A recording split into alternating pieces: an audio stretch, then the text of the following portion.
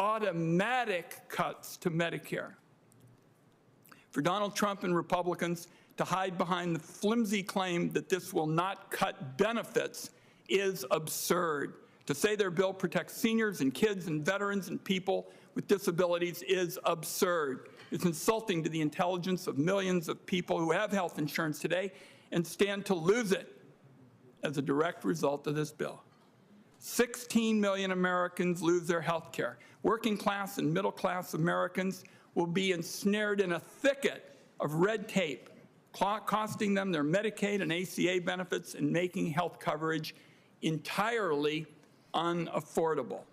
This is going to inflame the mental health crisis in America. It's going to set back our progress against fentanyl deaths. Kids with disabilities will lose home care and school-based services.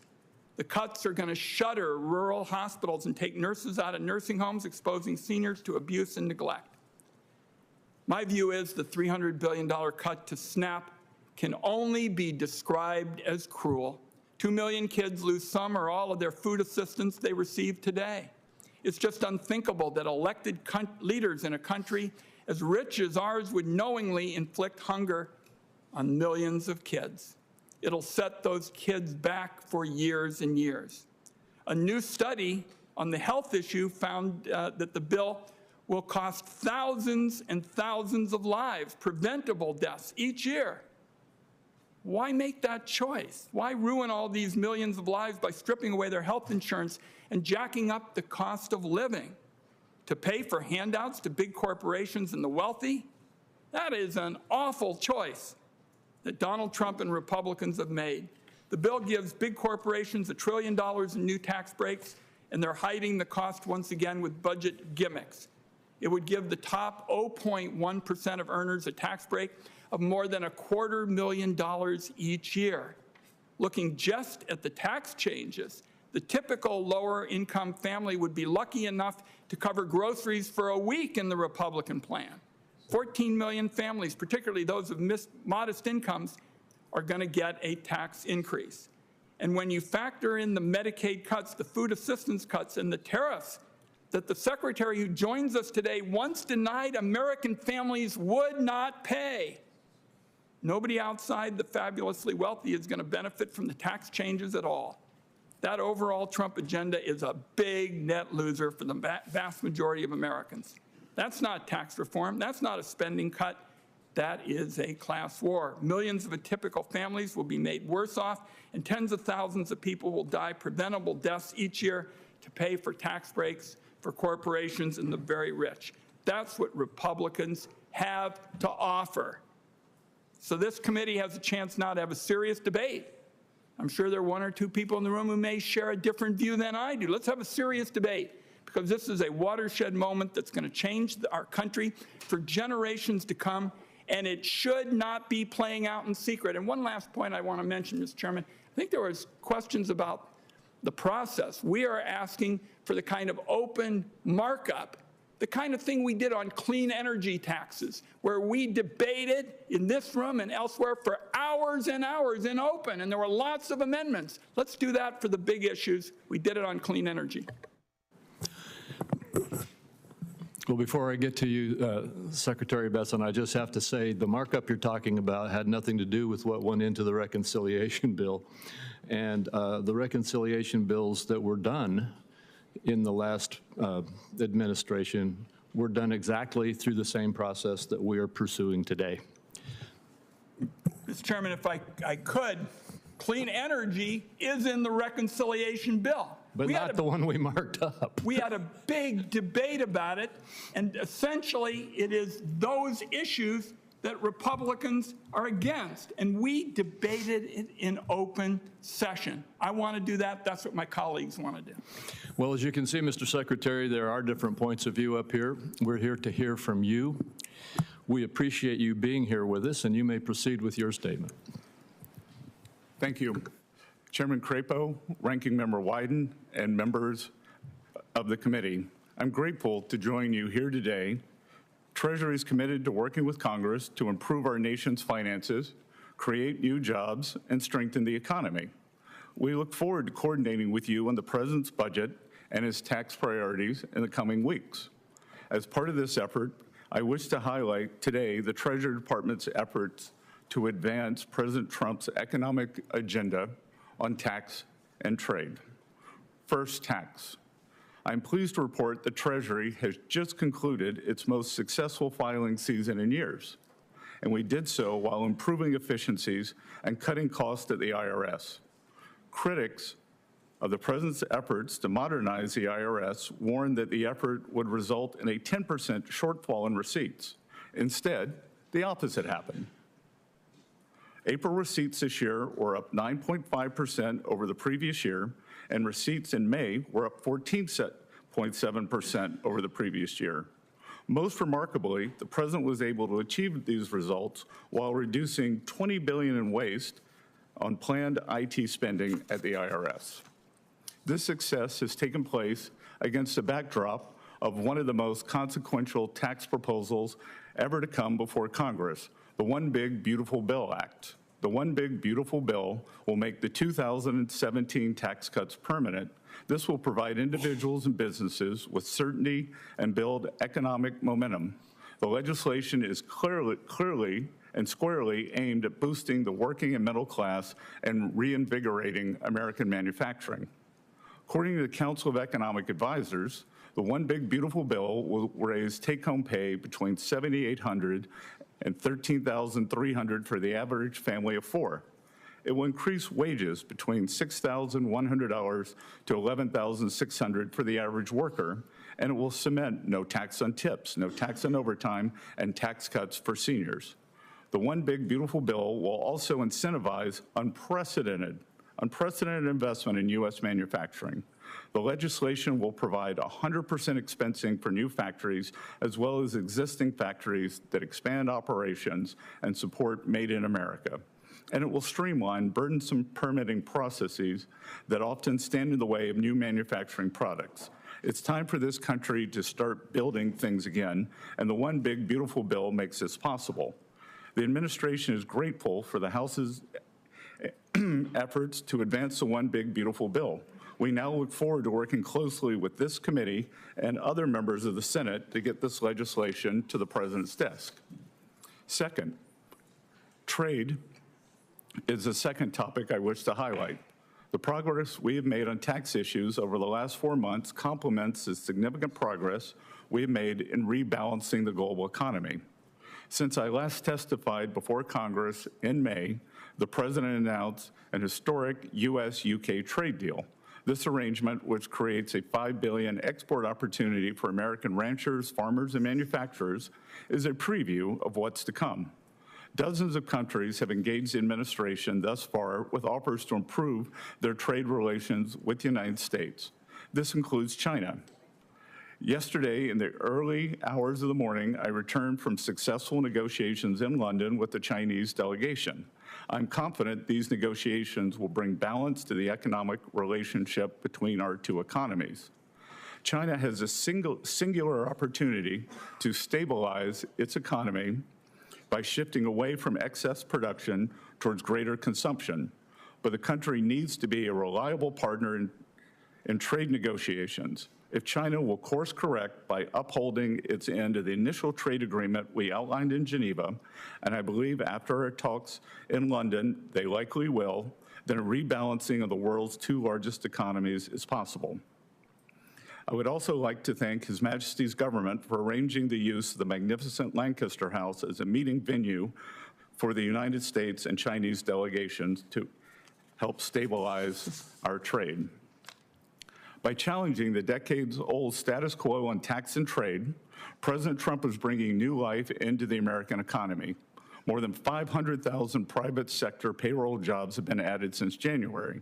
Most importantly, inflation in the U.S. is at its slowest pace since 2021 on decelerating cost increases for shelter, food, and energy.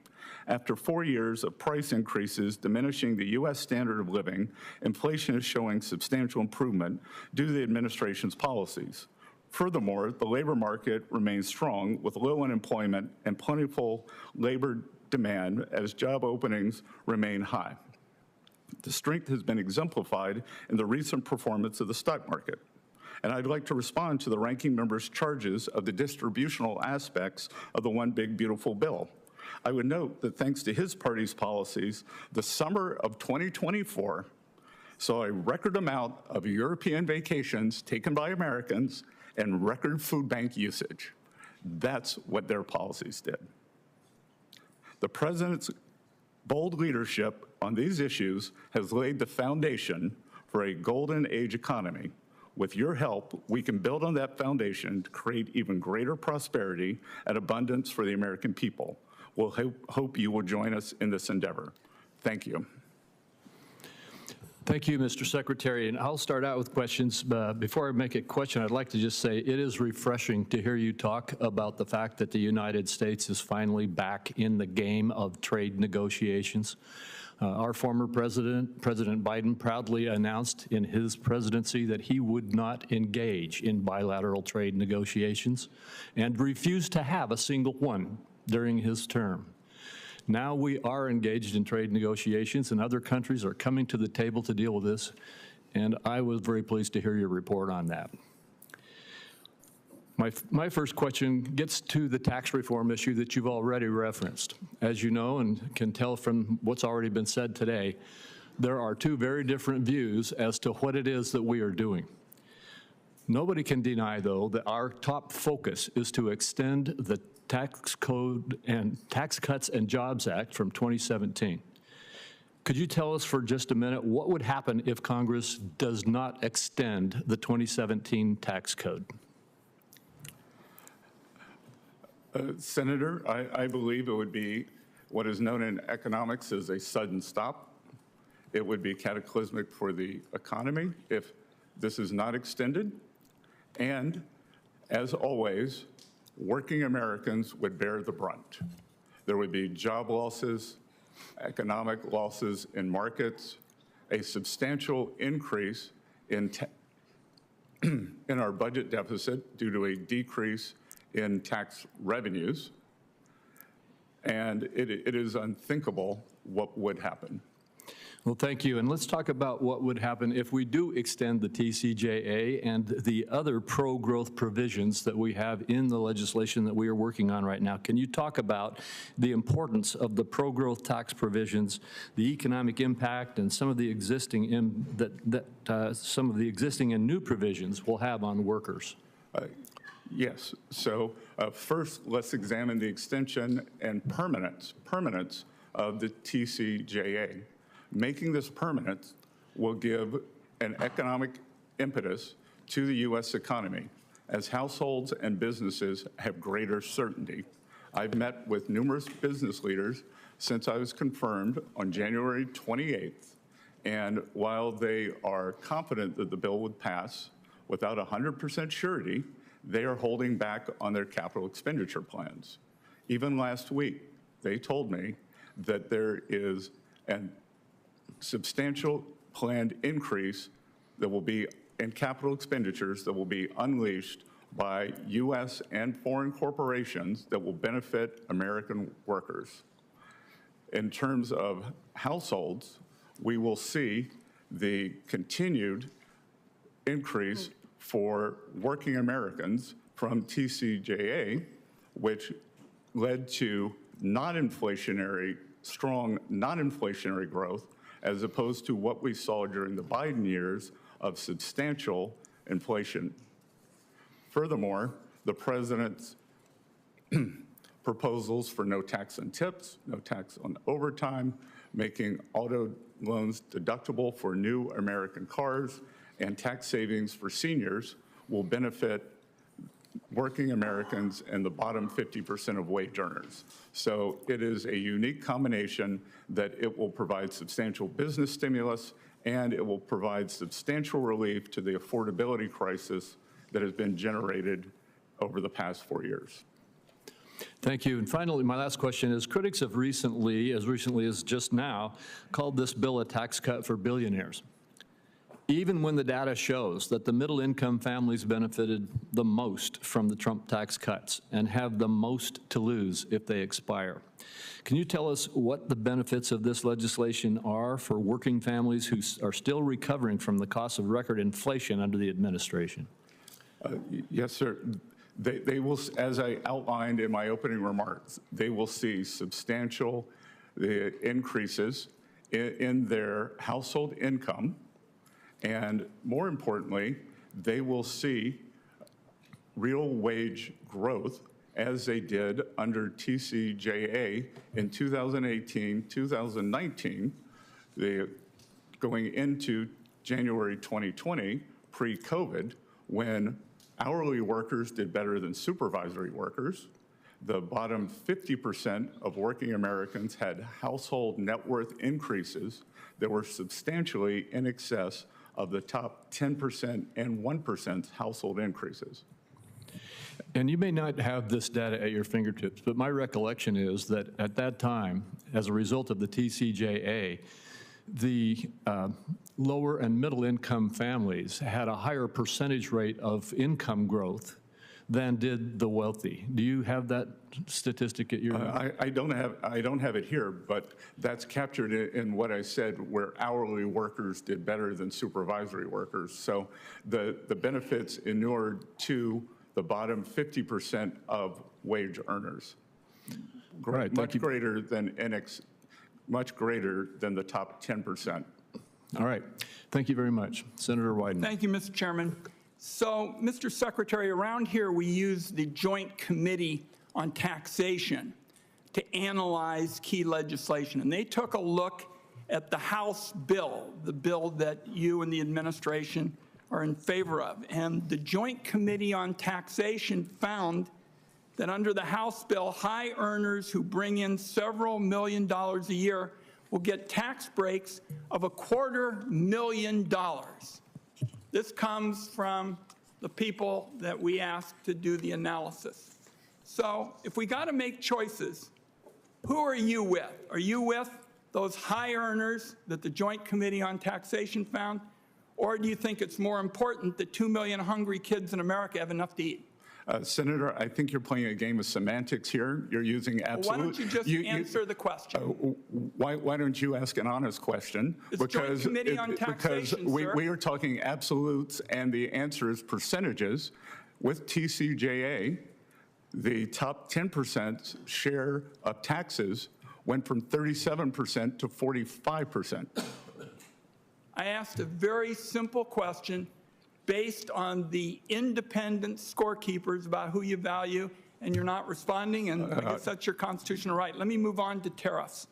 So at your nomination hearing, I asked you whether Americans would pay the blanket tariffs that President Trump wanted to impose, and you said no. Now, since then, a number of analysts have said these tariffs are going to hit American families like a wrecking ball, something like $2,500 a year. Major companies like Walmart, Mattel, and Ford have all suggested they're going to need to raise consumer prices as the tariffs hit them. Some companies have already had to raise prices, like Stanley Black and Decker. So here's what you said. Nobody's making this stuff up. Here's what you said. Walmart will be absorbing some of the tariffs. Some may get passed on to consumers. Your words. So, another chance on the issue. Do American consumers pay the tariffs? Again, Senator, you're cherry picking because Walmart makes decisions based on their customers. Two other very large retailers, and this is not an advertisement for them, Amazon and Home Depot, have chosen not to pass on tariffs. And there seems to be a new version of TDS, which I would call tariff derangement syndrome. And many on your side seem disappointed that there is no inflation today. As a matter of fact, we saw the best inflation numbers since 2020. So there has been nothing passed on. There has been no tariff recession. So no inflation, no recession due to tariffs. So let the record show that once again, the Secretary of Treasury doesn't think American consumers are paying the tariffs. we say to all those people who are trying to pay medical bills and food bills and the like that are still going up, they know they're paying tariffs. Let me move on to an issue. I'm sorry, Senator, but it's my time, Mr. Secretary. I'm sorry, Senator, but the data doesn't show that. Okay. We can have a difference of opinion. Difference of data. The Senate is coping with health care choices that are enormously important. Just as a matter of your thinking, what do you think is the largest employer in rural America? Sorry? What do you think is the largest employer in rural America? The largest single employer? No, the sector. The largest industry? The sector, yes. I would assume it would be agriculture. It is rural health care. And it is why all of us up here disagree so strongly with what this administration, is doing. And the tax bill is going to accelerate the closure of rural hospitals, people who basically are the key to surviving in rural, life. And our colleagues, Senator Markey, Senator Merkley, Senator Schumer, are going to release new data that hundreds of rural hospitals across the country stand to lose under the Republican reconciliation bill, which apparently you guys don't know is going to clobber the big economic engine in rural America. So I'd like to hear your thoughts about whether you're willing to make changes to protect a crucial area of the American economy. In fact, I think it is fair to say almost all of us up here, the chairman and I, for example, we have the honor to represent a big chunk of the rural West. And I want to know if you're willing to make changes so that we can protect the economic survival of these rural communities, which means their hospitals. We are quite satisfied with the health care portion of this and the adjustments to Medicaid. I would just say to colleagues, my time is up. When you're home over the break and the like, ask your rural hospitals if they're satisfied with what they're going to get in the House changes, because I think they'll tell you they feel like they're going to get hit by a wrecking ball, and that'll happen in Kansas and Oregon and all across the land. Thank you, Mr. Chairman. Thank you. Senator Bennett. Thank you, Mr. Chairman. Thank you, Mr. Secretary, for coming in today, and thanks for having this hearing. Secretary Bessent, the last time you were here, I asked you about your emphasis on domestic discretionary funding in your opening statement. You had stated, quote, "We must adjust federal domestic discretionary spending to get our fiscal house in order while striking an urgent tone on our growing deficit." I mentioned to you then that domestic discretionary spending is only 15% of our budget. And I think if you were serious about deficit reduction, you might not push for tax cuts that almost certainly could not be offset by discretionary adjustments alone. And now, of course, we know you can't. Today, we actually have the details of your plan. Take health care from 10 million Americans, 126,000 Coloradans. Cut nutrition assistance for millions of adults. Sunset clean energy investments that are so critical to the American West. Give over 40% of the tax benefits of this bill to the top 5%. And it's not even close to being paid for. Even my colleagues on the Republican side, who for years and years and years have claimed to be the fiscally responsible party, now are admitting that it's not paid for. This bill adds another $2.4 trillion to our national debt. It will push the deficit to GDP ratio up to 7%, which you said when you were here before was unsustainable, far from the 3% target that you describe. If you look at your proposals taken together, there is no getting around the fact. There is no getting around the fact that the richest Americans receive an average tax cut of $300,000, which again, we're not paying for with the discretionary cuts that you advertise. So once again, we will have to borrow money in order to assist the people in this country who least need a tax cut at this moment, while the Americans who have been made miserable by the economy that they're in actually see income reduced because of cuts to Medicaid and cuts to SNAP. Meanwhile, and I think, Mr. Chairman, this is really important, meanwhile, interest rates are at 20-year highs. Moody's has slashed our credit rating because of the fiscal irresponsibility of this administration. The World Bank has cut our growth estimates in half, and the bond markets are screaming at us to stop. We now pay, and we are paying this year, more in interest than we are in the national defense.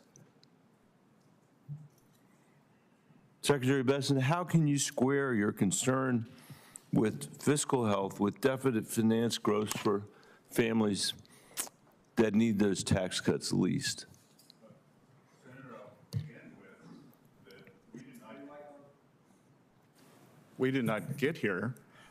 We inherited this fiscal situation that I believe. Well, you inherited from Donald Trump, who was here. You did, Mr. Bessent. No, yes, sir. you did, Mr. No, Bessent. sir. You inherited from Donald Trump. He's the first president to come back after a 4-year hiatus, after we know exactly what the last tax cuts did, which was blow a massive hole in our deficit and debt. You can't sit here and lie about that. It's true. The data, to coin a phrase, the data shows that that's the result. The math shows that that is the result. No one on this side of the aisle admits anymore that, or claims anymore that they didn't blow a huge hole in the deficit. They did. And now you're here saying to the American people, let's double down on that. We're going to give tax cuts for the wealthy. We are going to give tax cuts again to the wealthiest people in America, and we are going to finance it on the backs of the sons and daughters of teachers and firefighters and police officers all over this country, because we can't pay for it. Because the Treasury Secretary discovered somehow that domestic discretionary spending is only 15% of the budget, and therefore you can't balance it there. Well, sir, we had a referendum on November 5th. You certainly did. I agree with policies. Your side lost. I agree with that. And a higher decibel and level. I'm a rare Democrat who doesn't blame Donald Trump for winning. I'm sad he won. I don't blame him for winning. But don't come here. In your statements, go ahead. They have veracity. Go ahead, Mr. Secretary. What? Higher decibel level does not give your statements more veracity. My statements are true, if that's the word, if that's what you mean by veracity. My statements are true. You blew a massive hole in the deficit when your predecessor was sitting here under Donald Trump. And so the question is, can't we think of something better to do with the money than this debt, than drive up interest rates by borrowing money from our kids so the richest people in America can get a tax cut when they don't need it? That is the reality of your plan. Well, sir, actually the high interest rates were achieved during the Biden administration in October of 2023, and we have not touched those rates since then. So the high interest rates. No, your statement's incorrect. I'm out of time, and I appreciate the indulgence of the chairman. Thank you. Senator Grassley. First of all, I want to thank you for the time you have given me several times to have a personal conversation with you. I appreciate that as well. You're very open to listening to us as members of the Senate. I've made clear that I support President Trump's goals of getting better trade deals for U.S. producers. I've heard from many industries and businesses in Iowa, each one of them in a very unique position due to the tariffs, but all express one common concern and that's the need for certainty around trade. I've spoken with several Trump administration officials and nominees about the importance of finalizing 2 or 3 deals to provide some certainty. So would you agree that trade deals need some certainty and that at the same time provide fair market access for U.S. goods would benefit the economy and provide much needed markets? Yes, sir. And As I have said, Senator Grassley, there are 18 important trading partners, and definitionally, our largest trading partners also constitute our largest trade deficit. So we are moving deliberately. We are trying to decrease uncertainty, but not at the expense of a generational opportunity to do trade deals to make up for 40 years of bad trade policy. When these countries come to us with their trade offers, some of them have made very good offers, and I look at the list of their tariffs, their non-tariff trade barriers, the potential currency manipulation, and the subsidies of industry and labor. I agree with President Trump. I don't blame these countries for getting away with what they could. I blame the preceding governments that let them get away with it. So we are moving as quickly as we can to get the best deals that we can, and I think we will see more deals coming very quickly. Yeah. Just not a reaction to what you said, but a supplement to what you said. I think the sooner we could announce 1 or 2 or 3 agreements would notify to the country that you're on the right track. I don't question that you're on the right track, but I think the public needs, sooner they can get that message, the better the economy would be. Now, I want to go to something that is of an interest to farmers, and I know you have said several times your interest in agriculture. The Senate Finance Committee has been working on what will soon be 45Z Clean Fuels Production Tax Credit. Implementing this credit properly is important for the biofuels industry and especially for farmers. The Biden administration failed to meaningfully address 45Z regulations. They put some out for comment, but not much beyond that. But the regulations it released for the 40B Sustainable Aviation Fuel Credit demonstrated that Treasury officials in that administration knew nothing about farming. Prior to issuing rules governing 45Z, we need everybody in the Trump administration to take the time to learn a thing or two about farming, how farming works.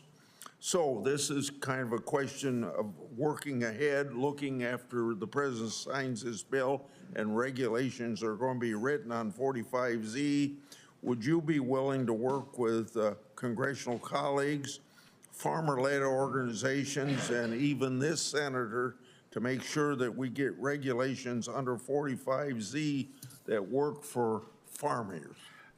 Senator, as I had my initial meetings back in January with both yourself and Senator Marshall, you both brought up 45Z. And as I mentioned, I go home and do my homework, so I'm familiar with it. I look forward to working with your office and making sure that it is implemented in the most robust way, but that it does not allow for foreign actors to have a backdoor into the program. Okay, thank you very much. A little bit, probably getting back to the conversation you just had with the senator from Colorado, the 2017 tax law provided tax relief across all incomes with a focus on the middle class. Just as important, the law included pro-growth reforms to incentivize business investment, boosting production, and leading to higher wages. A study published by the National Bureau of Economic Research found in 2017 the law boosted investment 20%. What will making the 2017 tax law permanent mean in terms of economic growth, job creation, and wage growth? That's got to be my last question. Senator, I believe that the full expensing was one of the most powerful aspects of TCJA, and that has tapered since over the past few years. I believe that going back to 100% expensing for equipment, and what we have added to the bill that I think will be very powerful is the full expensing of factory structures. So not only do we want to make the U.S. the best place to do business in terms of energy dominance, in terms of regulation, we are also going to increase the after-tax return on capital, which will allow companies to thrive here, hire more American workers for good wages. Thank you. Thank you. Senator Lankford. Mr. Chairman, thank you. Secretary, thank you for the work you're doing. I want to just make a quick comment on the full expensing piece that you just mentioned. That's something I've worked on now for several years to get us to full expensing. That is fair tax policy to say to folks if they're buying more equipment, if they're adding it in, if they're investing in their workers and more productivity, that should be able to not have to be depreciated over years, that should be taken care of that year on it. So I appreciate your comments on that. I do want to switch subjects a little bit and talk a little bit about sanctions.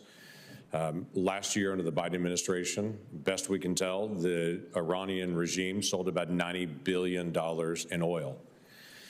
$90 billion. That funded Hamas, that funded Hezbollah, that funded the Houthis, that continued to be able to equip the Russians with Iranian weapons to be able to attack the Ukrainians.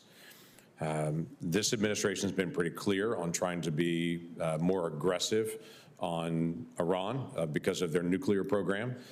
We've had a report come out just in the last 24 hours, the International Atomic Energy Agency, saying that Iran has about 900 pounds now of highly enriched uranium, and they seem to be not slowing down at all in their nuclear weapons program.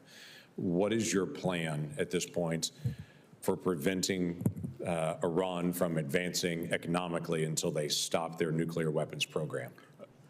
So, Senator, since I arrived in the Treasury building, we have implemented a maximum pressure strategy on Iran, and more importantly, those who trade with them. We have taken many unique steps towards sanctioning, could be something that had never been done before, refiners in China, private companies called teapot refiners. We are also looking to sanction the owners of the refiners and their families if they have property in the U.S. or Western Europe. Just this morning, before coming here, I signed 2 more Iranian sanction orders. So we are exercising maximum pressure. We are trying to track down their so-called shadow fleet, because what happens with sanctions, when you put on sanctions, you create a new market elsewhere. Right. So each time we make a move, they try to subvert it. Our allies in the Middle East, during my trip with the president there, I had substantial discussions with their finance ministries and central banks, and they have been very helpful in making sure that there is no leakage through other Middle Eastern banks, trading companies, or financial entities into the Iranian regime. Yeah. Well, thanks for doing that. You and I, when we first met, we talked a lot about sanctions and that authority. It has great impact if you use it wisely. And thanks for a wise use of that. I was in the Middle East 2 weeks ago. In fact, the week after you were in the Middle East, I met with multiple heads of states throughout the entire region. And what I heard over and over again was that they brought out was, please tell President Trump and the Treasury, thank you for relieving sanctions on Syria. That's smart usage of that. Assad is gone, where we put the sanctions on Assad. They kept saying, thank you for giving Syria a chance to be able to form a new government, not under the sanctions of the old government that is now gone. So I appreciate your smart use of sanctions there and the engagement of what President Trump chose to do on that. One other question about sanctions. You've started aggressively putting sanctions on individuals and family members that are connected to these violent Mexican cartels that are trafficking drugs, that are murdering Mexicans, that are leading to the death of Americans in the way they're pushing drugs into our country. You started engaging in that in a way that has not been done in the past to put pressure on these criminal organizations, which we've now listed as foreign terrorist organizations. Tell me a little bit about that and what the plan is now. Yes, Senator. So by designating these Mexican cartels as FTOs, foreign terrorist organizations, it gives us much more sanctions authority to go after them and their accomplices, both extraterritorially and to look for them in the U.S. financial system. We are working with institutions in the U.S. on our side of the border, specifically 7 counties that are border counties, to make sure that there is no leakage. And we are constantly sanctioning and examining what is going on with the cartels led by the Sinaloa cartel. This fentanyl crisis, the precursor drugs come from overseas. They are made in Mexico, and they are brought into the U.S. And just imagine if there were a terrorist organization that was killing 100 or 200,000 Americans a year. How would we respond to that? Because this is what's happening. These are terrorists. Thank you. Thank you, Senator Whitehouse. Thanks very much, Chairman. Mr. Secretary, thank you for being here. I don't know if you remember, but when we first met, I gave your staff a fat binder full of economic warnings of what was going to take place if climate change weren't mitigated.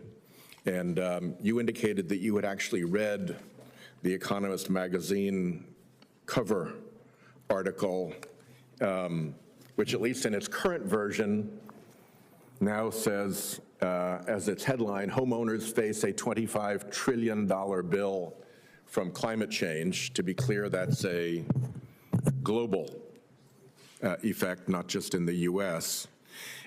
Since then, a number of other things have happened, starting on the day we met, when the International Financial Stability Board put out a warning report to the world's banking system that this climate change problem was coming at them, both in terms of reduced mortgage revenues if the mortgage markets collapse when insurance is no longer available due to climate risk, and in terms of loan-to-value ratios going south when home values fall because the property is no longer mortgageable because it's no longer insurable. So that warning has come out, and I would commend it to you and your team to have an honest look at it. Then First Street, which studies flood risk, came out with a report suggesting that we had a $1.4 trillion hit to U.S. home values looming, again, as a result of the same cascade that was originally, I think, at least best originally presented by the chief economist for Freddie Mac, who said when climate risk gets uninsurable, then mortgages become unavailable and property values crash.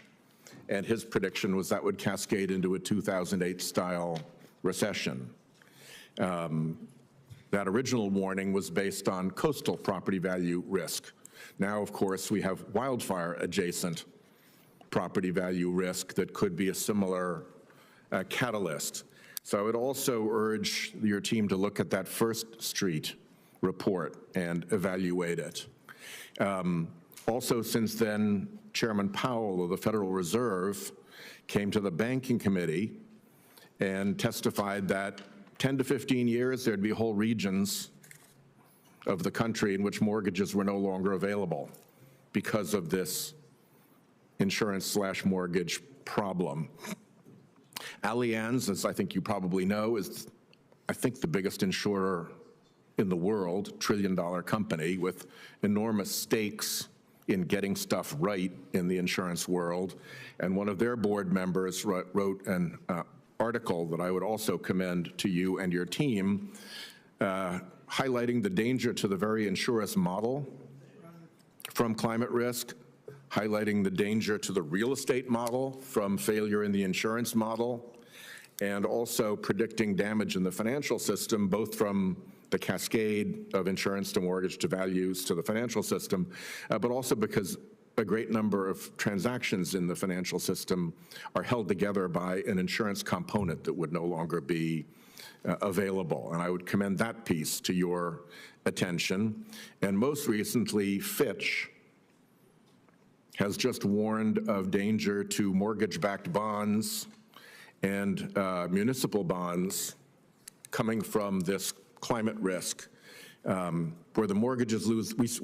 We saw before 2008 what happens when mortgages lose their value because the underlying property isn't worth it. Then it was because they'd faked the value of the underlying property. Now it's because natural causes are knocking down the value of those properties irrecoverably in the case of, for instance, sea level rise.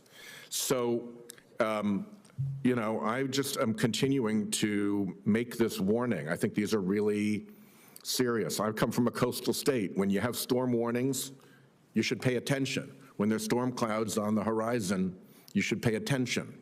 So please take a look at those different articles that I've just mentioned. Your team is there to take notes. You've got the tape of this if you're interested. And have your federal insurance office and the Treasury Insurance Office take a look at this.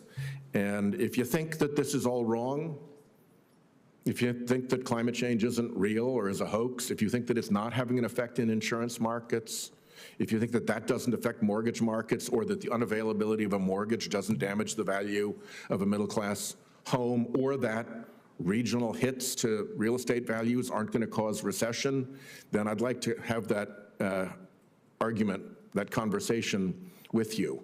But if you agree with me that those things are all both true and predicted, then I think we have to prepare, and I would urge you to prepare. Good. Thank you, Senator. We likely agree on the direction, maybe not the magnitude, and I also believe that resiliency must be a component also, and we should move toward greater resiliency. If you don't mind, when your team have had a look at those 5 articles that I mentioned, and you've got somebody who's on point on this issue, I'd like to have the opportunity to have a conversation with them.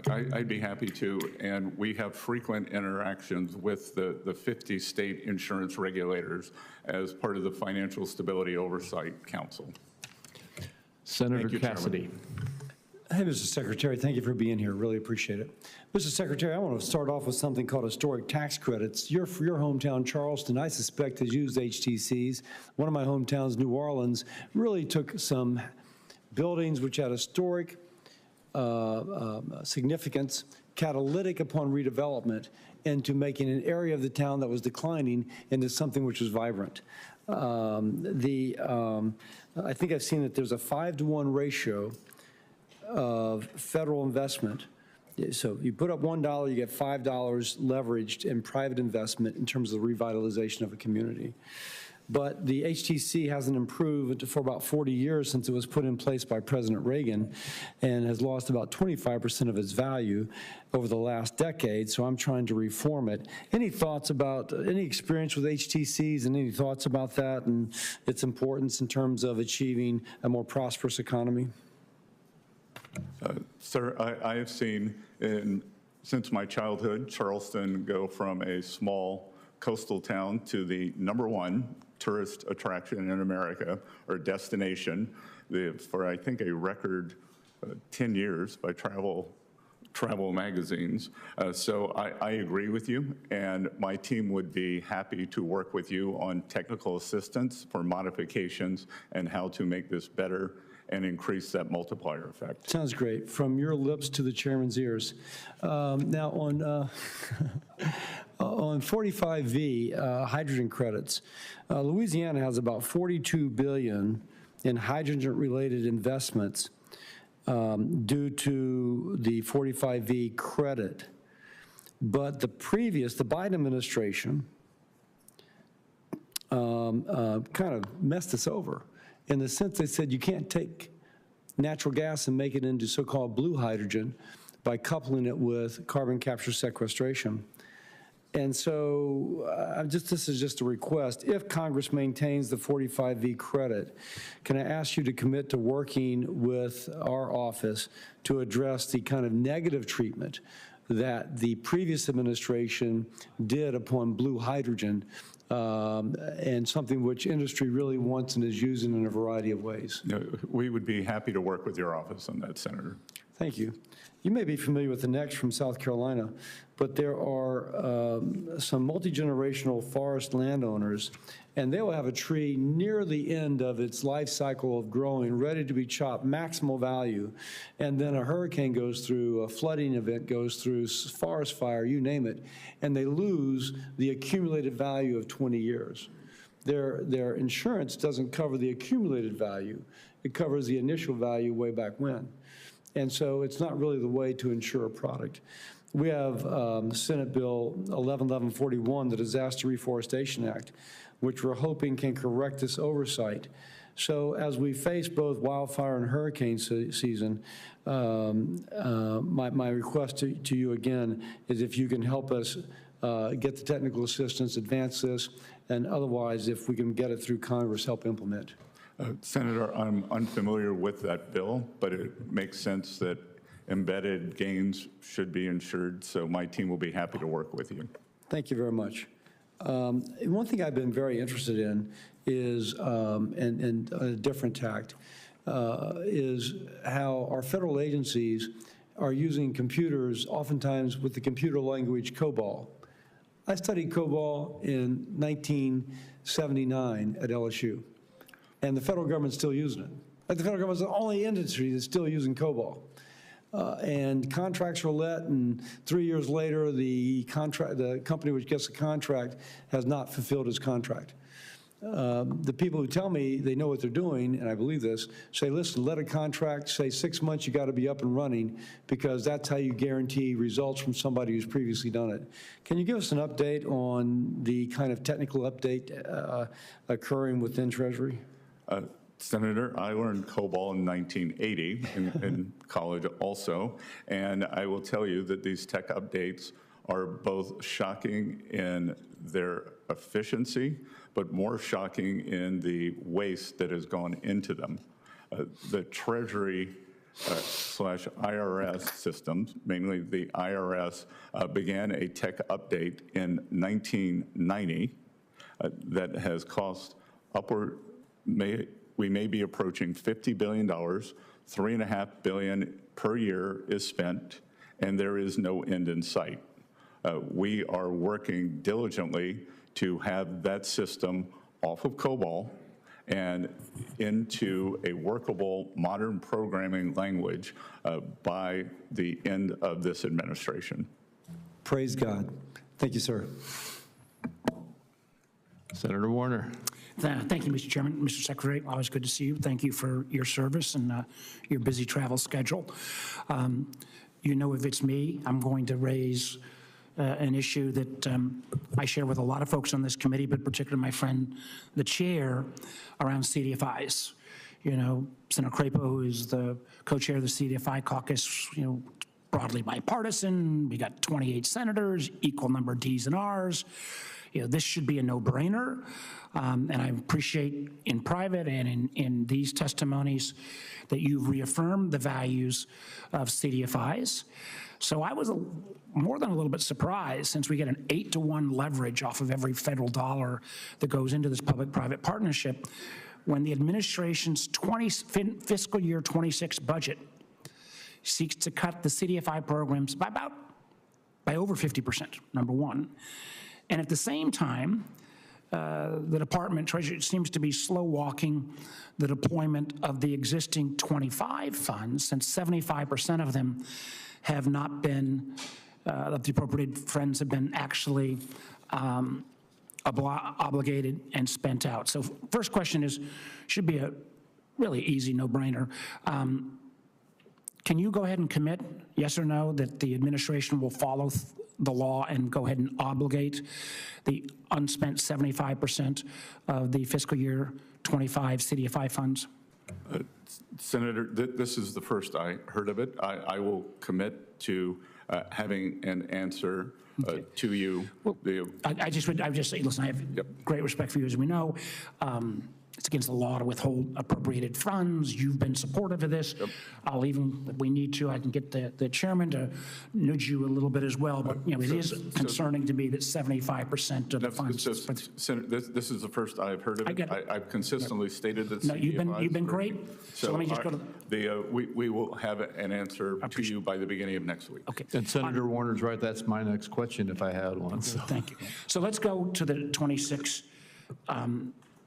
fiscal year budget, where you're cutting CDFI fund by over 50%.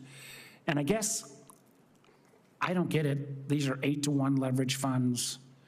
Every federal dollar get a great leverage return in the private sector. There was a review by which was fine, of CDFI and how they were going or not was going. And, your department has affirmed to both Senator Crapo and myself and all of our colleagues that the CDFI fund programs are statutorily sound. So if they're statutorily sound and they got an 8-to-1 return on every federal dollar in terms of affecting underserved communities, why are we cutting the whole program by 50% in fiscal year 26? Yeah, so Senator, I understand the bipartisan support.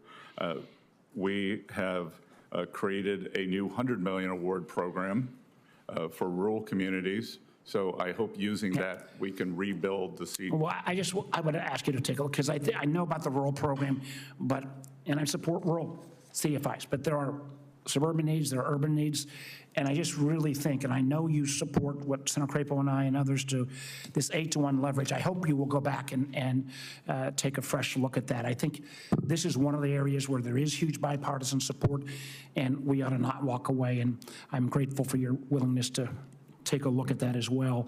I want to move to another one that we've talked about. I think one of the things about our system, and we all know we need ways to improve taxpayer compliance and make things better at the IRS, but I think our whole system works on voluntary compliance. And we've got about a 85% of our citizens pay their taxes on their own. I think that's a lot contingent upon their trust that their personal data is not going to be manipulated or used elsewhere. So I've raised this with you, and a number of written letters on this. We've been hugely concerned about the Doge boys coming in and potentially accessing this information. And I can tell you, I hear from taxpayers regularly in Virginia who are afraid about whether they should go ahead and work with IRS going forward. We wrote to you in April. We wrote to the acting commissioner, Faulkender, on this issue, and he basically said nothing to see here. So this notion that data is going to be protected, but at the same time, the IRS Doge boys came up here and at the staff level briefed about the fact that they are creating these tools to suck out information. And my just couple last comments, I've actually put a bill in to try to increase the penalties on misuse of that private information.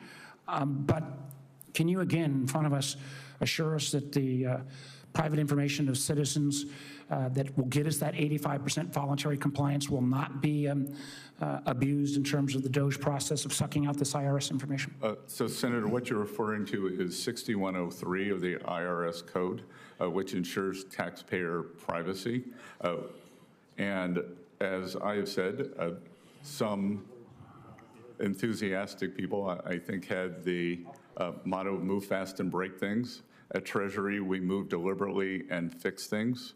And we have made sure that any access is compliant. And we are, I've repeatedly said, collections, privacy, and customer service. And on the privacy aspect, as you know, there was a leak in the previous administration through a contractor who is now in jail.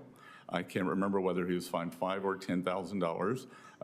We do not know the terms of his plea deal, but I would support an increase in both the monetary penalty and the jail time.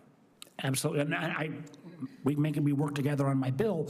Last one of my time's overrun, but there are huge concerns, at least in my state, that these Doge boys are sucking that information out, and I think you'd find in individual conversation with other senators, this is not unique to Virginia. Thank you, Mr. Chairman. Senator Johnson. Thank you, Mr. Chairman. Mr. Secretary, welcome. I think it's pretty interesting that our colleagues on the other side of the aisle now, when they're not in charge, are all concerned about massive deficit spending and the impact that'll have on everyday Americans. I think it's appropriate to have a little history lesson here. I put together a report. I've given you a copy of it. We'll talk about it a little bit later.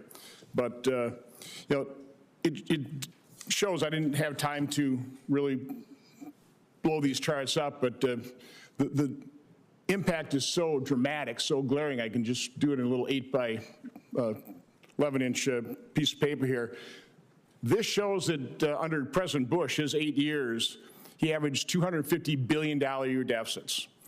Then President Obama came into office with the filibuster-proof majority, and they blew the lid off of that. For the next 4 years, we averaged deficits of $1.27 trillion. First time we ever had a deficit over $1 trillion. That sparked the Tea Party movement. I'm part of that, and actually put some restraint on spending and deficits. For the next 7 years, we averaged $661 billion worth of deficits. It's still way too high, but reasonable compared to today. COVID hit. We had a massive bipartisan spending spree, $3.1 trillion deficit. We went from $4.4 trillion of spending to $6.5 trillion. Now, a responsible president, responsible party in power in 2021, as the economy recovered, unemployment came down, would have returned to pre-pandemic levels of spending and deficits. But that's not what happened. Instead, under President Biden and Democrats in charge, they averaged $1.9 trillion worth of deficits. So again, we went from $661 billion in 7 years, COVID, then we've averaged $1.9 trillion in deficit spending over the last 4 years under the Biden administration, Democrat control. And unfortunately, this is the projection, CBO's baseline projection over the next 10 years, another $22 trillion worth of deficits, averaging about $2.2 trillion. That's the problem. And Mr. Secretary, I appreciate in your opening statement in your confirmation hearing, you repeating what the chairman said in his opening statement. We don't have a revenue problem. We have a spending problem. And again, here's the chart that shows that. 4.4 to 6.5. Now, I don't know of an American family, honestly, if they had an illness, had to borrow $50,000, pay medical bills, if that family member got well, they would keep borrowing $50,000 and spend at that level. But that's what Democrats did. We never went back to pre-pandemic levels like our responsible leadership did during World War II. I think this is interesting. We entered World War II spending 11.7% of GDP on federal government, went up to 41%. But by 1948, we were down to 11.4%. They realized you can't continue spending. You had to get back to a pre-war level. So my question is, I've given you this draft report. I want to release it hopefully next week. I've given this to Kevin Hassett. I would really like your input into this, because these are just the facts. And the facts completely bolster what you said in your confirmation hearing, that we do not have a revenue problem. We have to promote economic growth. It's a primary component of a solution, but we don't have a chance of returning to a balanced budget if we don't return to pre-pandemic levels of spending. And I've laid out a number of options, going back to Clinton in 1998, Obama in 2014, President Trump in 2019.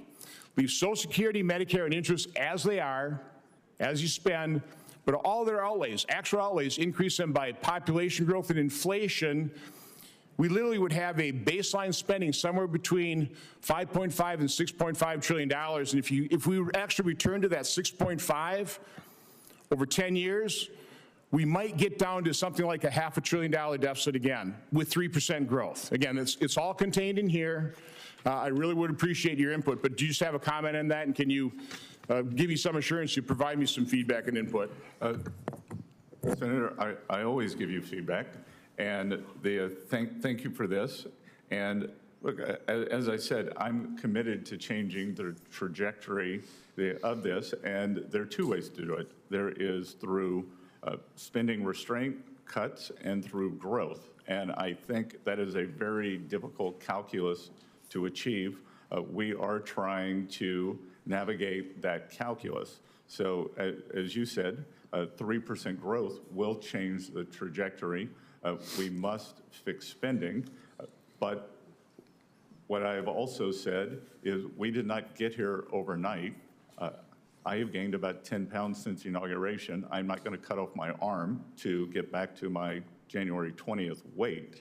I'm going to eat less, exercise more, and that is what we were trying to do with the federal government. No, you were left with 4-year average deficits of $1.9 trillion, spending that, now exceeds $7 trillion when just 6 years ago it was $4.4 trillion. So no, you inherited an enormous mess, not to even mention the open border. But I really do appreciate your effort here. We want to work with you to solve this problem. It's a massive problem. Thank you, Mr. Chairman. Thank you, Senator Hassan. Well, thank you, Mr. Chair and Ranking Member Wyden, and good morning, Mr. Secretary. Thank you for joining us this morning. Secretary Bessent, in your confirmation hearing, I asked you whether any of President Trump's policies would increase costs for families. You said that there is, quote, nothing I can immediately think of, close quote. Mr. Secretary, have costs for new parents increased or decreased under President Trump? I'm not sure how you're defining that, but overall inflation is down for the first time in 3 years. Well, let me provide you with some data then. The answer is that costs have gone up for new parents. As the ranking member of the Joint Economic Committee, I just released a report this morning that shows that costs have gone up nearly 25% for the most popular baby items since Trump's main tariffs were imposed. This includes a price increase of more than $40 for the most popular infant seat on a car seat on Amazon. And Mr. Chair, with unanimous consent, I'd like to enter the JEC minority report into the record. Thank you. Secretary, with his reckless tariffs, the president has imposed a 10% national sales tax on imports into our country. So, Mr. Secretary, do Americans pay tariffs? Senator, thus far, we have seen no price increases due to tariffs. Well, what I just asked you was whether Americans pay the tariffs. Again, as I told the ranking member, Walmart has decided to pass along some portion of the tariffs. That is a private decision. Amazon and Home Depot have not. Well, let me just tell you, let me tell you what's happened to one small New Hampshire business. And can we have the charts up here? Because you're essentially testifying that Americans don't really pay the president's across-the-board 10% tariffs. Behind me is a receipt from the U.S. Customs and Border Protection showing that a small distiller in Salem, New Hampshire, paid the United States government $2,600 in the president's new tariffs on a single shipment of lemons from Italy. And I have the same receipt for about the same size shipment that they had before the tariffs went into effect, and that $2,600 was not on the receipt back in, I think it was March. So, since you testified that Americans don't pay the president's tariffs, will the Treasury reimburse this New Hampshire small business for these tariffs that they paid to the United States government? Again, Senator, a luxury product from Italy, I think we have to look in the aggregate, and the aggregate is showing us that thus far, contrary to many wishes, that there has been no inflation from tariffs. So first of all, this is a small distiller in Salem, New Hampshire that employs people. And now it's got a monthly or bi-monthly expense of $2,600 it didn't have. And it's either gonna, lay people off, stop producing some of its products, but its business isn't going to grow with a new $2,600 charge unless it's going to pass on the price to American consumers. So I just want to be clear, you all need to own up to the fact that tariffs are taxes. They are a sales tax. I think you noted in the Oval Office recently that the president's tariffs would raise $2.8 trillion over a decade. I was quoting the CBO. So, okay, so the CBO now says it. So that's now about a $3 trillion tax that Americans will pay. No, ma'am. A sales tax. Much of that is being absorbed by the producers. Well, that certainly isn't true for new parents. In addition to the 5 popular products on Amazon that new parents need, there's another, we did another analysis on a baby list registry.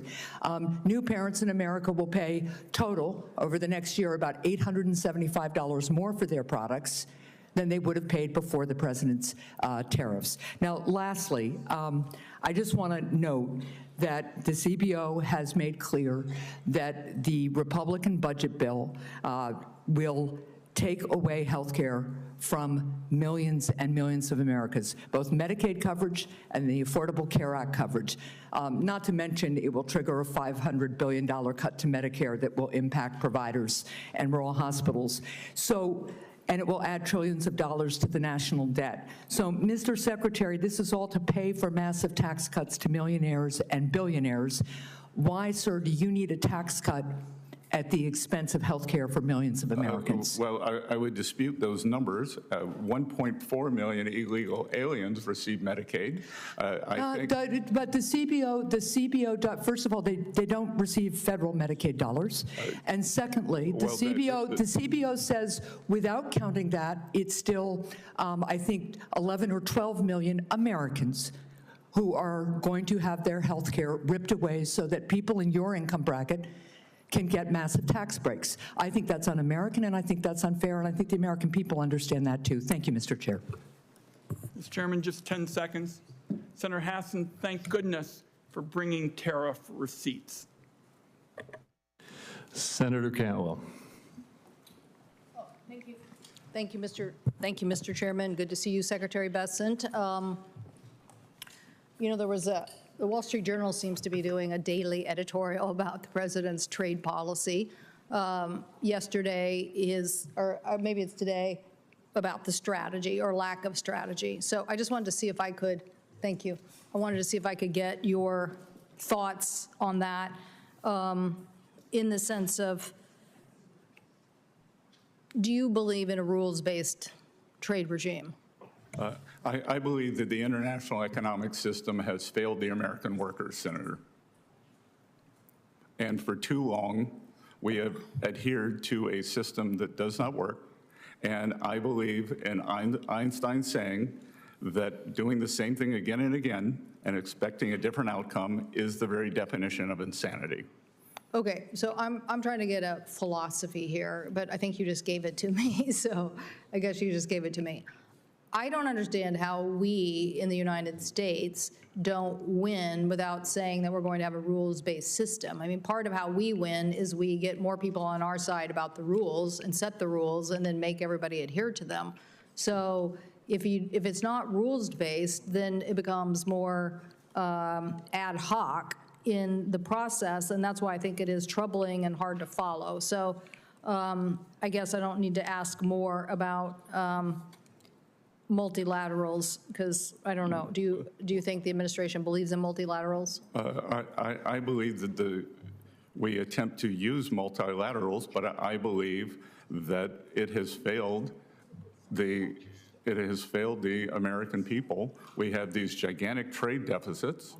There is something called the China shock, and workers were left behind, and working Americans have suffered because of this.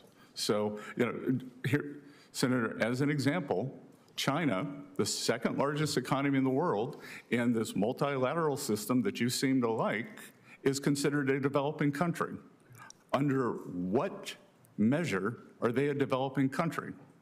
I personally believe in bilaterals, multilaterals, but I represent a very trade-dependent state, so I want to open more markets, and I also believe that the economy is way bigger outside the United States than inside the United States. So I'm just trying to get what the philosophy is, you know, of the administration. But you've answered 2 questions, very helpful in that. Can I ask you a few more? One, I wanted to know whether the investment tax credit. You know, we have a investment tax credit that we made as part of the CHIPS and Science Act. That is the 48D Advanced Manufacturing Investment Credit. And these are important for us in our competitiveness. And do you believe that this 48D tax credit should be extended?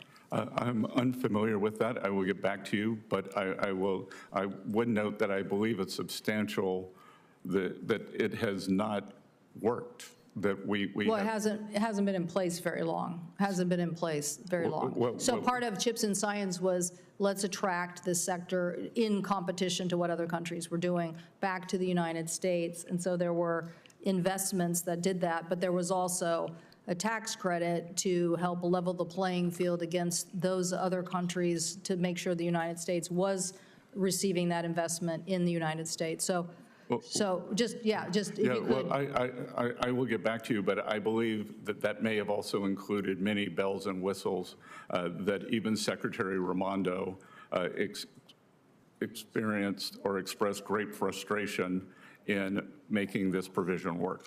On the 48D tax credit, do you gentlemen, I think you're both supportive of it. I don't think that's right, is there? This may be the one that Senator Wyden and I got in the bill. Yes, so I'm just, okay. Well, maybe we'll give the secretary a little more familiarity and you can come back. Well, if you give me more familiarity, yes, I may be conflating it with the CHIPS Act. Yeah, okay. TikTok, next week is the 90 days are up. And clearly China is trying to make this part of the negotiation, but we would like the law to be enforced. We passed it. What is your, where are we with meeting this deadline that was set next week? And what do you think is the, how does this relate to the broader negotiations? I have no visibility into TikTok. I can tell you it was not discussed at the meetings in London. Okay. So we will try to get some information from somebody else in the administration about that. But next Friday, I think, is the deadline, and the Chinese keep seeming to use it as some sort of, so it's good to know that they didn't bring it up. Okay, thank you, Mr. Chairman. Thank you. Senator Blackburn. Thank you, Mr. Chairman. Mr. Secretary, thank you for taking the time to be here today. And I want to say thank you for the outstanding work that you have done on behalf of our nation as you have tried to help with trade negotiations, as you have looked at policy that affects each and every one of us. I do want to talk a little bit about economic growth and tax fairness, tax relief. I think as we look at extending the TCJA, and of course, it's interesting that many people don't realize that this is really a Tax Cut and Jobs Act 2.0 that we are debating and we are getting ready to pass. And we all know the CBO is consistently wrong when they give us numbers. They use static scoring. They do not use dynamic scoring. They never assume that taking an action is going to give you a positive reaction. And it causes the CBO to be wrong. And we repeatedly see this. We chuckle about it sometimes, and it's why people like me think that we need to have a range and look at what CBO says and then what other outside entities have. But when we talk about economic growth and we look at what happened in our nation after 2018, and then we look forward as to what has happened, we know that tax receipts last year were at their highest, and we know that much of that came because of the TCJA's passage, and that we need to make those cuts permanent. Yes, ma'am. So that we continue and we spur economic growth. But I would like for you just to talk for a moment about, as you look at this and look at permanence, the difference that that will make in giving individuals and mom and pop businesses on main streets. In Tennessee, most of our jobs are small businesses addressing these pass-throughs. So I'd love for your comment on that. Well, first of all, Senator, I'd like to congratulate you on what I would call the Tennessee economic miracle in terms of, I was recently in Nashville, and it's just all the hallmarks of a boom town with controlled growth, prosperous, the business community, happy citizens, and everyone in the income distribution doing well. Permanence is essential, and when we pass the One Big Beautiful Bill, what will happen here is we will no longer be talking about tax cuts. We will be saying that this is the permanent law of the land. Policy. Just as now, we are not discussing the corporate tax rate. That was made permanent. That has brought home a huge amount of tax revenue from overseas subsidiaries. We no longer see these so-called inversions. I talk to companies almost daily as the CEOs come in to see me, and they tell me that they are paying a much higher percent of their global income in the United States because of the certainty in the corporate tax rate. Once we make these provisions permanent, I believe we can see an acceleration. We will continue to make the United States the best destination for capital to start your business in the country. And importantly, I think that now it will be an opportunity for Main Street, because unlike big corporations, that families, individuals who want to start small businesses will now have great assurity, and we could see a Main Street flourishing thanks to this permanence. And whether it is the increased expensing again, whether it is certainty, because for a Fortune 500 company to make a capital allocation does not threaten their viability. For an individual, for a mother to try to start a business, that she needs to know that she has permanence and certainty, and I think that we can create a whole new age of entrepreneurship. I agree with that. I appreciate your comments about Nashville. One of the things that has helped us in Tennessee is when I was in the state Senate, I led the fight against imposition of a state income tax. And then we made no state income tax permanent by an amendment to our state constitution. And being given to that permanence in policy has served our state very well. Thank you, Mr. Chairman. Good, and I would hope you would plan a trip to Columbia, South Carolina, and speak with the governor and the assembly there about doing the same. Thank you, Senator Warren.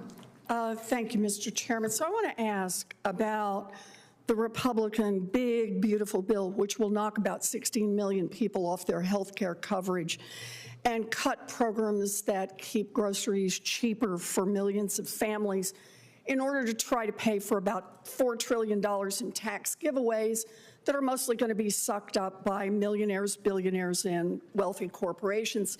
So, Mr. Bessent, Secretary Bessent, I'd like to start with a very simple question. Will this bill increase or decrease the deficit? They're varying scoring on that, Senator Warren. You're the Secretary of the Treasury, so I'm asking you. What is your view? Will this bill increase or decrease the deficit? It is my view that over the 10-year window, it will decrease. You know, do you have anybody who agrees with you on this? Yes, ma'am. Let me ask my question. Okay.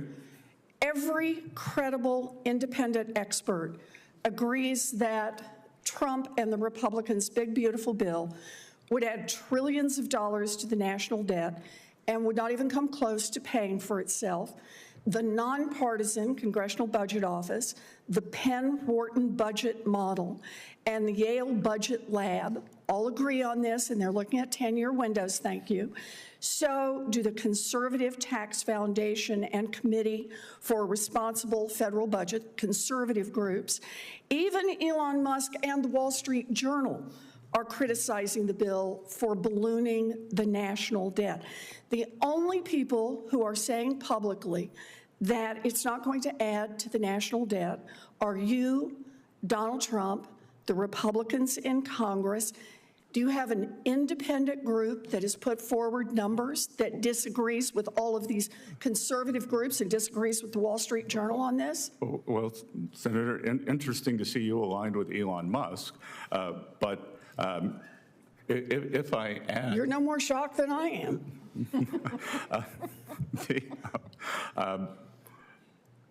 If we want to take the full congressional budget scoring, they predict, and I don't agree with their methodology, they predict a $2.4 trillion deficit.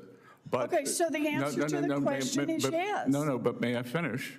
They include, but they've also scored $2.8 trillion in tariff income. So even in Washington, D.C. math, okay, so, in Washington, D.C. math, that is a $400 billion surplus. Okay, so let me make sure I understand. This bill, you admit, will increase the deficit by $2.4 trillion, but you think there will be another bill and another set of agreements that somehow materialize, haven't materialized so far, don't have any statutory authority, but that will make up the difference. So the answer to the original question, will this bill increase or decrease the deficit? I think you just said it will increase. This bill increases the deficit. No, I want to use all the CBO scoring, and you can't take one without the other. I don't agree with the CBO. One is the law that we are scoring, the bill that is in front of us. We don't have a tariff bill in front of us to score. Mr. Secretary, let me go on to the second question. You have said that government spending is, quote, out of control. You have also called government spending, quote, unsustainable. In fact, in the name of fiscal responsibility, you're working with the Republicans on this big, beautiful bill to pass the biggest cuts to Medicaid and the Affordable Care Act in American history. So, Mr. Secretary, help me understand here. Why is the national debt so very important that you're trying to kick 16 million people off their health insurance, but increasing the national debt doesn't seem to matter if you're cutting taxes for billionaires and billionaire corporations? Well, first of all, a huge portion of this goes to family-owned businesses that are pass-through entities that are below that level, Senator, and I am sure you share my goals of Main Street prosperity. You know, I'm glad to do tax cuts for people of modest means. The question I'm asking is, why does the deficit not matter to you? We're talking about knocking 16 million people off their health care, but it matters not, it does matter to you if we're knocking people off their health care, but not. Well, first of all, that figure is overstated by 5.1 million. That is amount not attributable to provisions in this bill. So you think it's okay just to knock 10 million people off their health care? Well, first of all, let's set that straight. Work requirements account for 8 million of CBO's claim number. Again, we're creating an economy that promotes and rewards. It's clear, Secretary Bessent, that you don't want to answer the question. No, Senator, I am answering it. No, you're not. And what I want is for Medicaid to be used for mothers and children as it was meant, not for 1.4 million illegal aliens, not for able-bodied people. Medicaid is not used for people who are not documented. Mr. Chairman, I just want to say here, the part that troubles me the most is that the Secretary is deeply worried about the deficit and is willing to knock 16 million, or as he says, merely 11 million people off their health care. Matters so much, but it doesn't matter so much if you're cutting taxes for billionaires. Then it's okay to run up a big deficit. I think that's wrong. We do have some differences of opinion. However, we also have a time crunch. I'm going to ask the remaining senators, and including any of mine who show up, to stick with the 5 minutes, please. And next is Senator Smith. Thank you, Chair Crapo, and I will stay within my 5-minute allotment. Thank you. I want to just start actually out by making an observation, which is that there seems to be an argument here today, the Republican argument, that somehow we can't give middle-class tax cuts without also giving big tax breaks to billionaires. So I just want to be clear, I think I probably speak for everybody in my caucus, that Democrats want lower taxes for middle-class, working-class people. We just don't think that the price for that should be giving, in this case, the top 0.1% of income earners $400,000 in tax breaks while we're taking health insurance away from 16 million Americans because of Medicaid and because of the Affordable Care Act changes and cutting nutrition support. So I just want to be clear about that. That is, the choice is not no tax breaks to middle-class Americans, because we're in support of that. But I want to ask you, Secretary Bessent, I want to follow up a bit on the questions that Senator Warren was asking. One of the features of the big, beautiful bill is significant, I would argue historic, cuts to Medicaid. You no doubt know that Medicaid is the largest health insurance payer in the United States. That's according to the American Hospital Association. It's the largest provider of mental health care coverage in this country. What percentage do you think is people on Medicaid that can work, do work? Do you have any thought? Do you know what that percentage is? I'm trying to... Well, work requirements account for 8 million of the CBO's claim numbers, so they seem to think that 8 million people could come off. So I'll tell you, this is data from the Kaiser Family Foundation in 2023. 92% of Medicaid adults under age 65 are working already. And so what is happening here is the big, beautiful bill is making it so much harder for people to get the health care that they deserve that they just give up. But I want to ask you what impact you think this is going to have on the economy. So you've got health insurance that is taken away from 16 million Americans. My question to you is what happens next? Because, the data shows that when people lose their health insurance, uncompensated care goes up. That's the issue with rural hospitals. Medical debt goes up, people delay care, and they ration their medications, people get sicker. So this has a direct impact on medical debt. Do you have an idea what the current medical debt is in the United States? I do not, but I will tell you that I believe that that number you're giving is overstated by 5.1 million, and it's simply the Democrats' scheduled expiration of Obamacare subsidies, and you should have extended that when you were in control. Okay, and I'm not going to argue with you about whether it's, how many multiple millions of Americans are going to lose their health insurance. I like precision in numbers. Well, I will believe in the precision of my numbers, okay, Secretary Bessent, but I can give you some precision about what the medical debt is in the United States. It is $220 billion. That is, again, according to the American Hospital Association. So let me ask you, how do you assess the impact of additional medical debt on American families, Minnesota families? What impact do you think that has? Because it seems to me to be pretty significant. Well, Senator, we are trying to bend the curve on medical cost. And I believe that the medical expenses are out of control. We have seen but you're not controlling medical expenses by taking insurance away from people. You're just shifting the cost to hospitals and individuals and uncompensated care. We are trying to make sure that individuals who can work do, and we are trying to get the program back to the mothers and children it was meant for.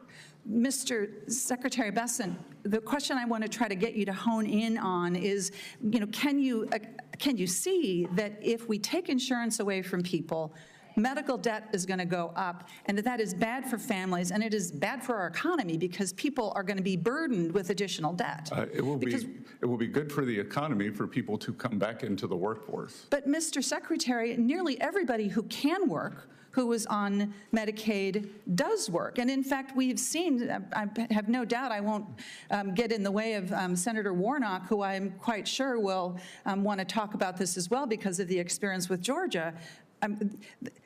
You're not saving money. You're just shifting cost to other places by taking health insurance away from people. Mr.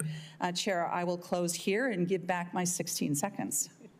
Thank you, Senator Smith. And for the remaining senators who came after my last announcement, we are under a time pressure here, and so I've asked all senators to please stick rigidly to your 5 minutes. And next is Senator Lujan. Thank you, Mr. Chairman, and Mr. Bessent, I hope you help me stick to the 5 minutes. Mr. Chairman, before I begin, I just want to share to you and to the ranking member that I hope this committee will soon welcome Secretary Kennedy before the committee as well. There are many pressing questions, especially from those of us that come from states where there's been a measles outbreak. He's been impossible to get in touch with. He doesn't respond to letters, all the rest. I hope we can work together to get him here. Secretary Bessent, we've talked about the 333 plan a few times, and this included, if I remember correctly, not just with our personal private conversations, but also in this committee, that it included reducing the deficit to 3% of the gross domestic product as well. Secretary Bessent, is it true that the United States bond rating was just downgraded? Yes or no would work. One of the agencies did lower the U.S. bond. So, Mr. Secretary, if you need it, I'll give you the article. It's right here. The United States rating was downgraded. The answer is yes. I hope you can help me stick to 5 minutes, please. The answer is yes, and I appreciate that. Mr. Secretary, if I may, Larry Summers categorized the bond downgrades as lagging. Mr. Chairman, can I get an extra minute? Can we tell the witness to please work with us on this 5-minute thing? No, let's just please keep moving quickly. Please work with me on this, sir, so we can get through this as quickly as we can. Yes or no, is it still your goal to reduce the deficit to 3% of GDP? As I said, something that starts with a 3 by the end of President Trump's second term. Is the answer yes? That would be a yes. Appreciate that. Yes or no, did the nonpartisan Congressional Budget Office report that the so-called big, beautiful bill would add $2.4 trillion to the deficit? The CBO did that and added 2.8 of tariff income. Appreciate that. Well, we'll get there. Yes or no, does adding $2.4 trillion to the deficit advance your goal of reducing the deficit to 3% of GDP? I think that's the false statement, so I'm not going to answer it. You disagree with the CBO score? Aggressively. Huh? Well, here's a CBO score. If you want to see it, I'll give it to you. Okay, and what I'm not sure. Yes or no? I'm not sure how you responded to the CBO score and Larry Summers' warning on the budgets that were passed 2 years ago. Mr. Secretary, yes or no? Is it still your goal to reduce the deficit to 3% of GDP? As I said, to something that starts with a 3 by 2028. Appreciate that. The Republican tax scam also steals $800 billion from Medicaid, almost $300 billion from the Affordable Care Act. Yes or no, will that impact Americans' health care benefits? Again, it doesn't give a yes or no answer. Doesn't lend itself to a yes or no answer. Well, the answer is yes. 16 million Americans will lose their coverage because of these cuts. I can cite that as well. Well according to the congressional budget, Mr. Secretary, I didn't ask a question. Then why ask if you have the answer? Mr. Chairman, can I get your help here? According to the Congressional Budget Office, the Republican tax scam cuts $285.7 billion from the Supplemental Nutrition Assistance Program known as SNAP. Yes or no? Will those cuts make it easier for children, veterans, seniors, folks with disabilities, parents, and grandparents to put food on the table? Again, that does not lend itself to a yes or no answer. You seem to have the answer, so I'll just take it from you. Well, Mr. Bessent, the American people have told everybody here that's not a billionaire that the answer is no. I'd invite you to come on down and visit some of these food banks. The American people told what they wanted on November 5th. You know what folks back home are saying, Mr. Bessent, that they voted for this president and said this is not what they signed up for. Well, he promised he would not touch our Medicaid. He promised he would not go after Medicare.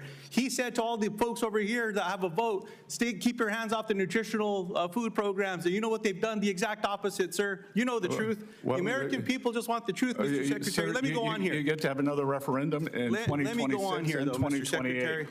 Let me go on here. Let me ask you about the tariffs, since you brought that up as well. Do you believe that the tariffs are going to cover the cost of the big, beautiful bill? I believe, again, you seem to like CBO scoring, so CBO scoring says $2.8 trillion of tariff income. Well, surprise, surprise, Mr. Secretary, this is not from CBO, this is from a conservative think tank. They say no, that's a lie. Mr. Secretary, I think the American people just deserve the truth here. Like, that's all that we're trying to get at here. Sorry to be so abrupt with this line of questioning here.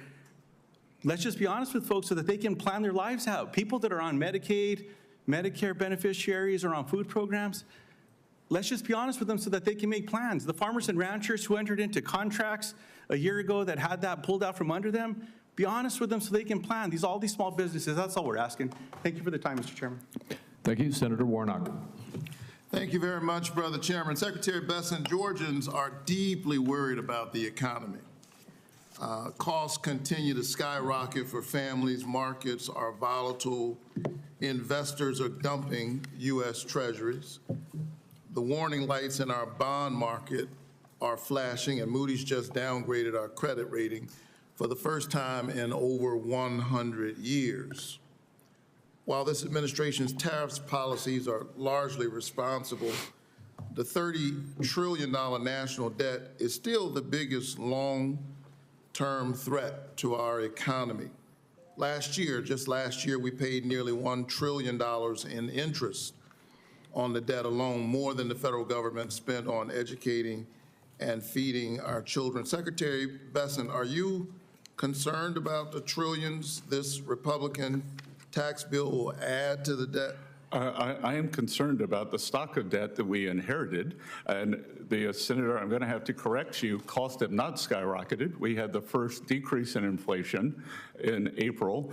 The inflation numbers this week were 0.1%. 0.1%. Markets are up on the year in the U.S. Tariff income is substantial. And the U.S. is the only major bond market where the 10-year yield, the 10-year yield is lower now than it was on January 1st. You don't agree? Not Germany, not Japan. Sir, you don't agree that this is going to add trillions to the debt? I didn't say that is your testimony. I think I heard it earlier. I'm looking at numbers from the right-leaning Tax Foundation, which says the bill will increase the debt by $1.7 trillion. That's the right-leaning Tax Foundation that says that. The Conservative Committee for a Responsible Federal Budget says that the cost is up to $5 trillion, and the nonpartisan CBO, which has served as an inconvenient reality check for both parties, says that the bill will cost $3 trillion. No, sir, it says 2.4, and it also says there'll be 2.8 trillion of tariff income. So they all agree that this is going to add trillions of dollars to the national debt. Here's the thing. I think most Democrats, including me, support extending the 2017 tax cuts for the middle class and for the working class. In fact, I think we should go further than this Republican bill on the child tax credit. You talked earlier about children. I think we ought to center children. We ought to take on child poverty in this country, which we did when we passed the expanded child tax credit. We are just not willing, I'm certainly not willing, to cut 16 million people, up to 16 million people off of health care and explode the debt to give tax breaks to millionaires and billionaires. 71% of the people on Medicaid in Georgia are children. 71%. If we extended the tax cut for those making, for everybody except those making over $400,000, we wouldn't have to be kicking all of these people off of health care. We wouldn't have to have these huge cuts. Senator, let me finish. I will. Well, let me finish. We wouldn't have to cut all of these people off of SNAP. We wouldn't have to cut all of these people off of health care if we would extend the tax cuts for everybody except those making over $400,000 a year. Now, that is what Congress should do, and I think that's what it did when it was extending the Bush tax cuts in 2012. It was a bipartisan deal, reasonable, cut taxes for everybody except the wealthiest Americans. Secretary Bessent, if Republicans fail to pass their big, ugly bill, would you be willing to work with Congress on a Plan B bipartisan tax bill, one that extends the Trump tax cuts for everybody but the wealthiest, so that we don't have to kick 16 million people off of health care and take food from hungry children? Well, sir, I believe the bill will pass, and I believe that everything you've talked about decimates small business, and one of the reasons that we have seen Main Street not flourish is the lack of certainty, because the propensity of small business owners make more than $400,000, and they file through the 1099 program, so they could be in the 800 to 1.5 billion range. I want to see small business flourish, not more government dependency, Senator. I think kicking 16 million people off of health care is a drag on the economy. It's a drag on small businesses. And I can quickly tell you that in Georgia, where they're doing this work reporting requirements program, and that's what it is, it's reporting. They're not incentivizing work. They're kicking people off of health care. Most of the costs have gone towards the administration of the program. We got 500,000 people in the health care coverage gap. They covered 7,000 people. I think that's pathetic, and I think we can do better than that. Well, I do too. I think able-bodied people should work. We certainly shouldn't replicate that to the whole country. I think able-bodied people should work. I think the benefit should go to Americans. And as you said, if 75% of the way to help able-bodied people to work is not to take their health care, sir. Thank you so much. I will remind all senators that we're under a time crunch, and I'm asking all senators to stay to their 5 minutes. Senator Welch. I'm forewarned. Thank you. Do my best. Thank you, Mr. Secretary. Is it the position of the Department of the Treasury that the cost of these tariffs will not be borne by the consumers of this country? It is the empirical evidence so far that they have not been, and we think that it is likely that they do not have to be. So when Walmart says it's raising prices to reflect the increased cost that they have to pay for the product as a result of the tariff, you disagree with that? I agree that Walmart will do what is best for their customer, and as I have repeatedly said, this is not an advertisement for Amazon or Home Depot, but they've announced that they will not be raising prices, so my family will be shopping there. So when I talk to a manufacturer in Vermont that has 300 employees, and they are now paying more for steel and aluminum components, and they tell me with their margins that they will have to increase the price to the ultimate consumer. You disagree with that manufacturer from Vermont? I agree that the economy, or believe that the economy is a diverse ecosystem, and for the manufacturer you're talking in Vermont, that there will be price decreases elsewhere, and that I was at a rally in Pittsburgh, and there will be more steel jobs. Well, that's a different issue. I'm talking about who's going to pay the price if there's a 50% increase in the tariff. Senator, thus far, that the critics of the tariffs, first we heard there's going to be a terrible recession, and the economic numbers have been robust, and then we heard there's going to be great inflation, and the inflation numbers overall are 0.1%. Right, but my question, I'm a manufacturer, or I'm a farmer. I'm paying 25% more for fertilizer. My margin is tiny, 3 or 4%.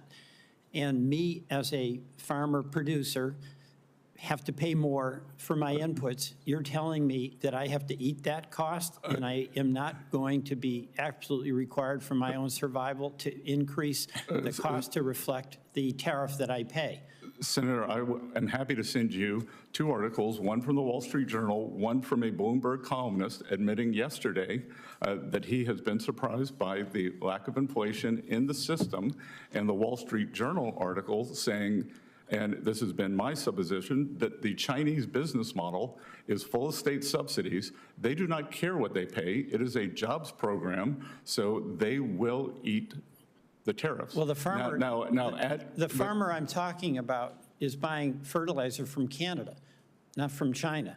So I'm hearing you, and basically you're saying everything's going to be fine because the folks on whom the tariffs are imposed are going to eat that additional cost and not pass it on to the consumer. That's what I'm hearing you say. Or the fertilizer producer in Canada will eat it to sell to your farmer. And I think it's very... We'll see. I get it. We disagree on that. Yes, but thus far the empirical data is with me. All right. This is sort of pretty hopeful on your part, and I'd say not particularly realistic. Second thing, One of the things that Vermonters are telling me, and everyone from farmers to businesses, is they need some stability and predictability. You'd agree with me that predictability and stability is absolutely essential for the well-being of an enterprise. That's why I'd encourage you to vote for the tax bill and give great stability and predictability for taxes. I'll take that. I'll take that advice under consideration, as they say, Mr. Chairman. But let me ask you this: predictability and predictability. The Trump tariff timelines.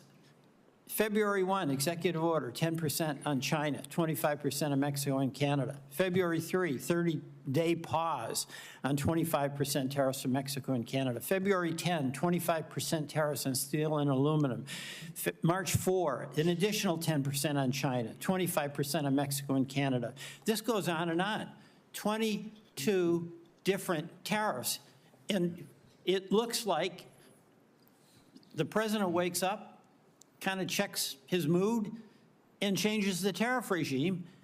And I've talked to manufacturers where they've had products coming in to a port, and if they arrive on Monday, they're cool. If they arrive on Wednesday, it's going to cost them another $75,000.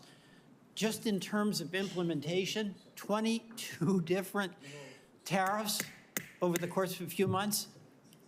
Good. Does that help? I'm mindful. This will be my last question. Yeah, I'm just saying, Senator, if you're familiar with game theory, it's called strategic uncertainty, and it's also called negotiations.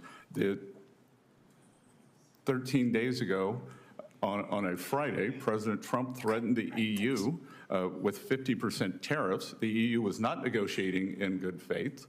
Within 10 hours, we had calls from 5 European leaders and a call with Ursula von der Leyen. So you may call this a flip-flop. I call this a negotiating strategy, and this is the way negotiating strategies work. Vermonters call it pretty painful, and it's a way to run their business. Thank you. Thank you. And again, I'll remind all senators we are under a strict 5-minute time frame for each senator. Senator Daines. Chairman Crapo, thank you. Secretary Bessent, good to have you here today. I can't help but, as I was listening to my colleagues across the dais here, as you reminded them, we sat right in this very room during the Biden administration, and Lawrence Summers was warning about you can't be shoveling trillions of dollars of stimulus spending, unpaid for spending into the economy without being inflationary. Summers called it right. We called it right. They got it wrong.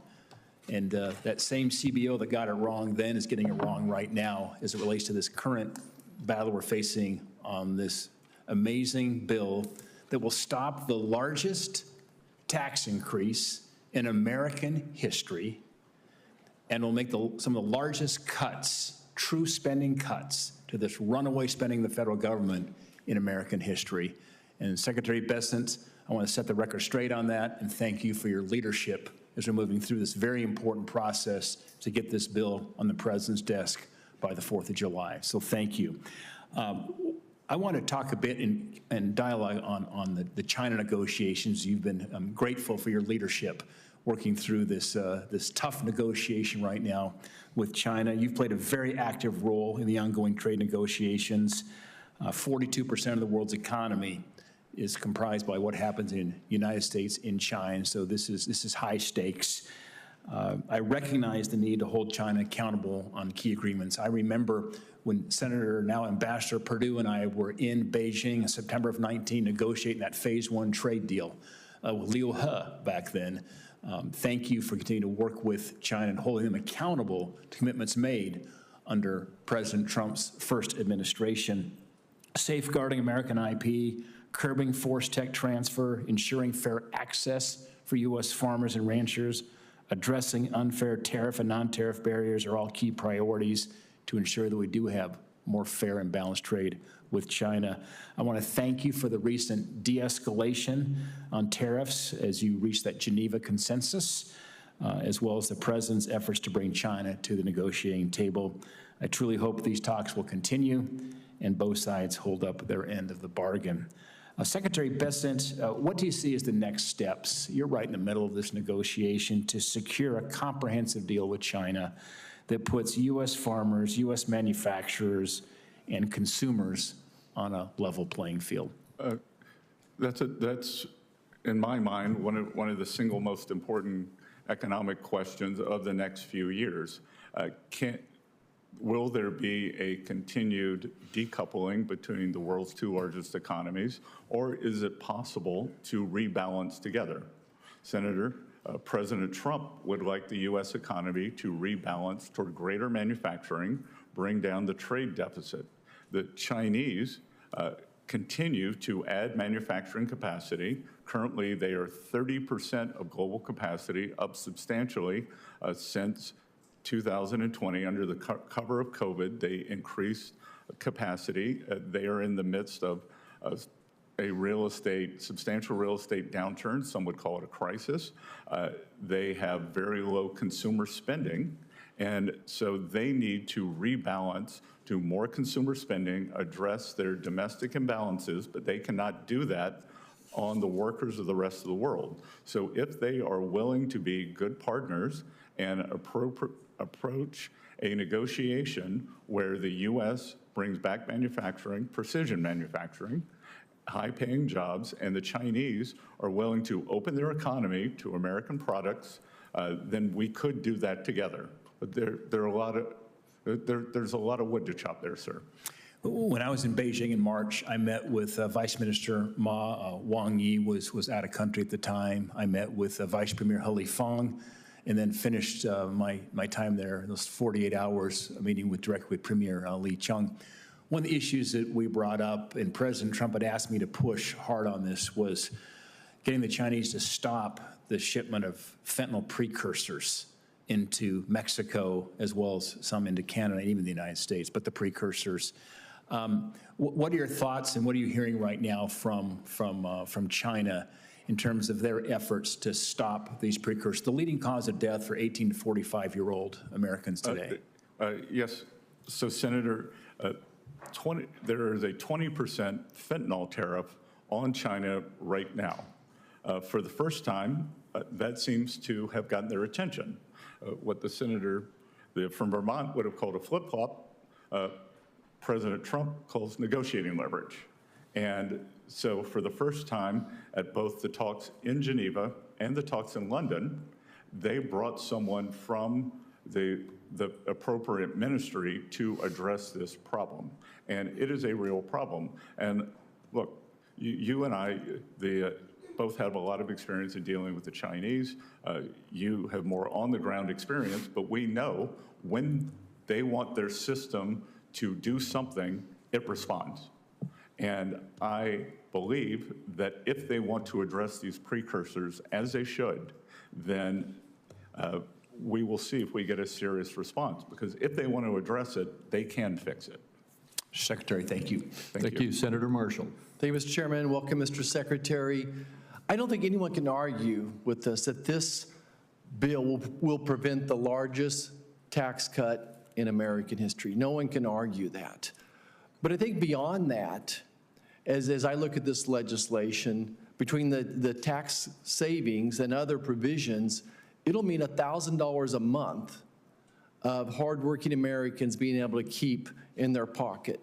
And you mentioned some numbers. When I add them up, a family that's making $50,000, $100,000 a year will, I think, be able to keep $1,000 a month more of their hard-earned money. Can you add some background what you think it means to middle America? Well, let's take the opposite tack, which I don't like to think about, Senator, is what happens if it doesn't pass? Yeah. It's the largest tax hike in history. It could mean a sudden stop in the economy. And as always, working Americans would get hit the hardest. They would lose their jobs. We would see substantial uncertainty in both the consumers and the business.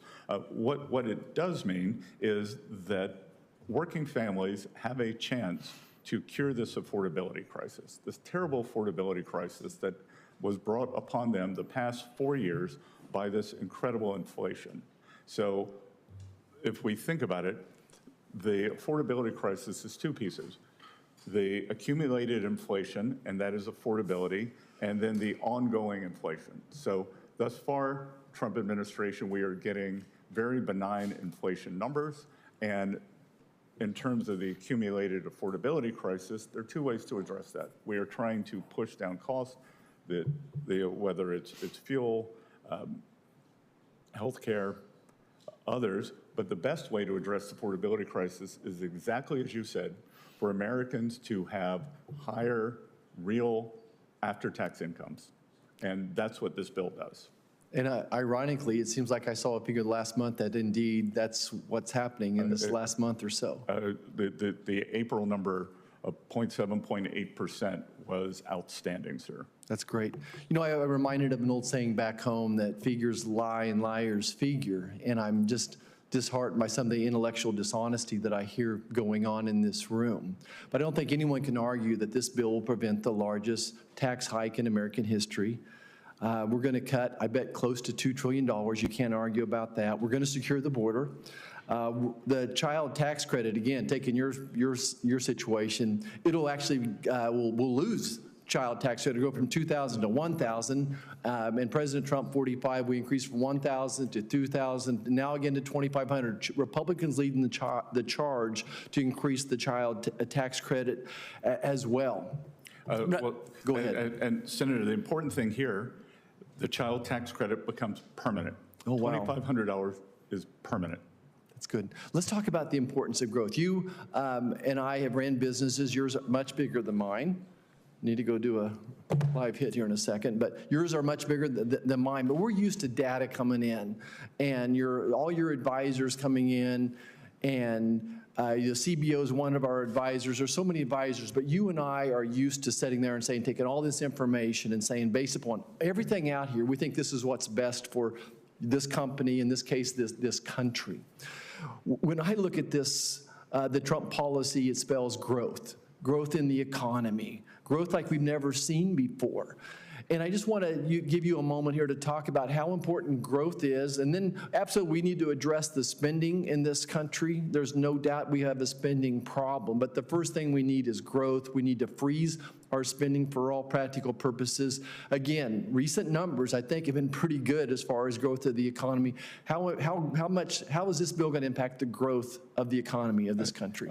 Again, I think the certainty of this will help small and large businesses. I think the 100% expensing is going to be very powerful. As I'm out on the road, companies are telling me that they are holding back on CapEx because President Trump did say in his address to Congress there would be 100% expensing dated back to January 20th, but they can't be 100% sure that this bill is going to pass. Nothing's 100%.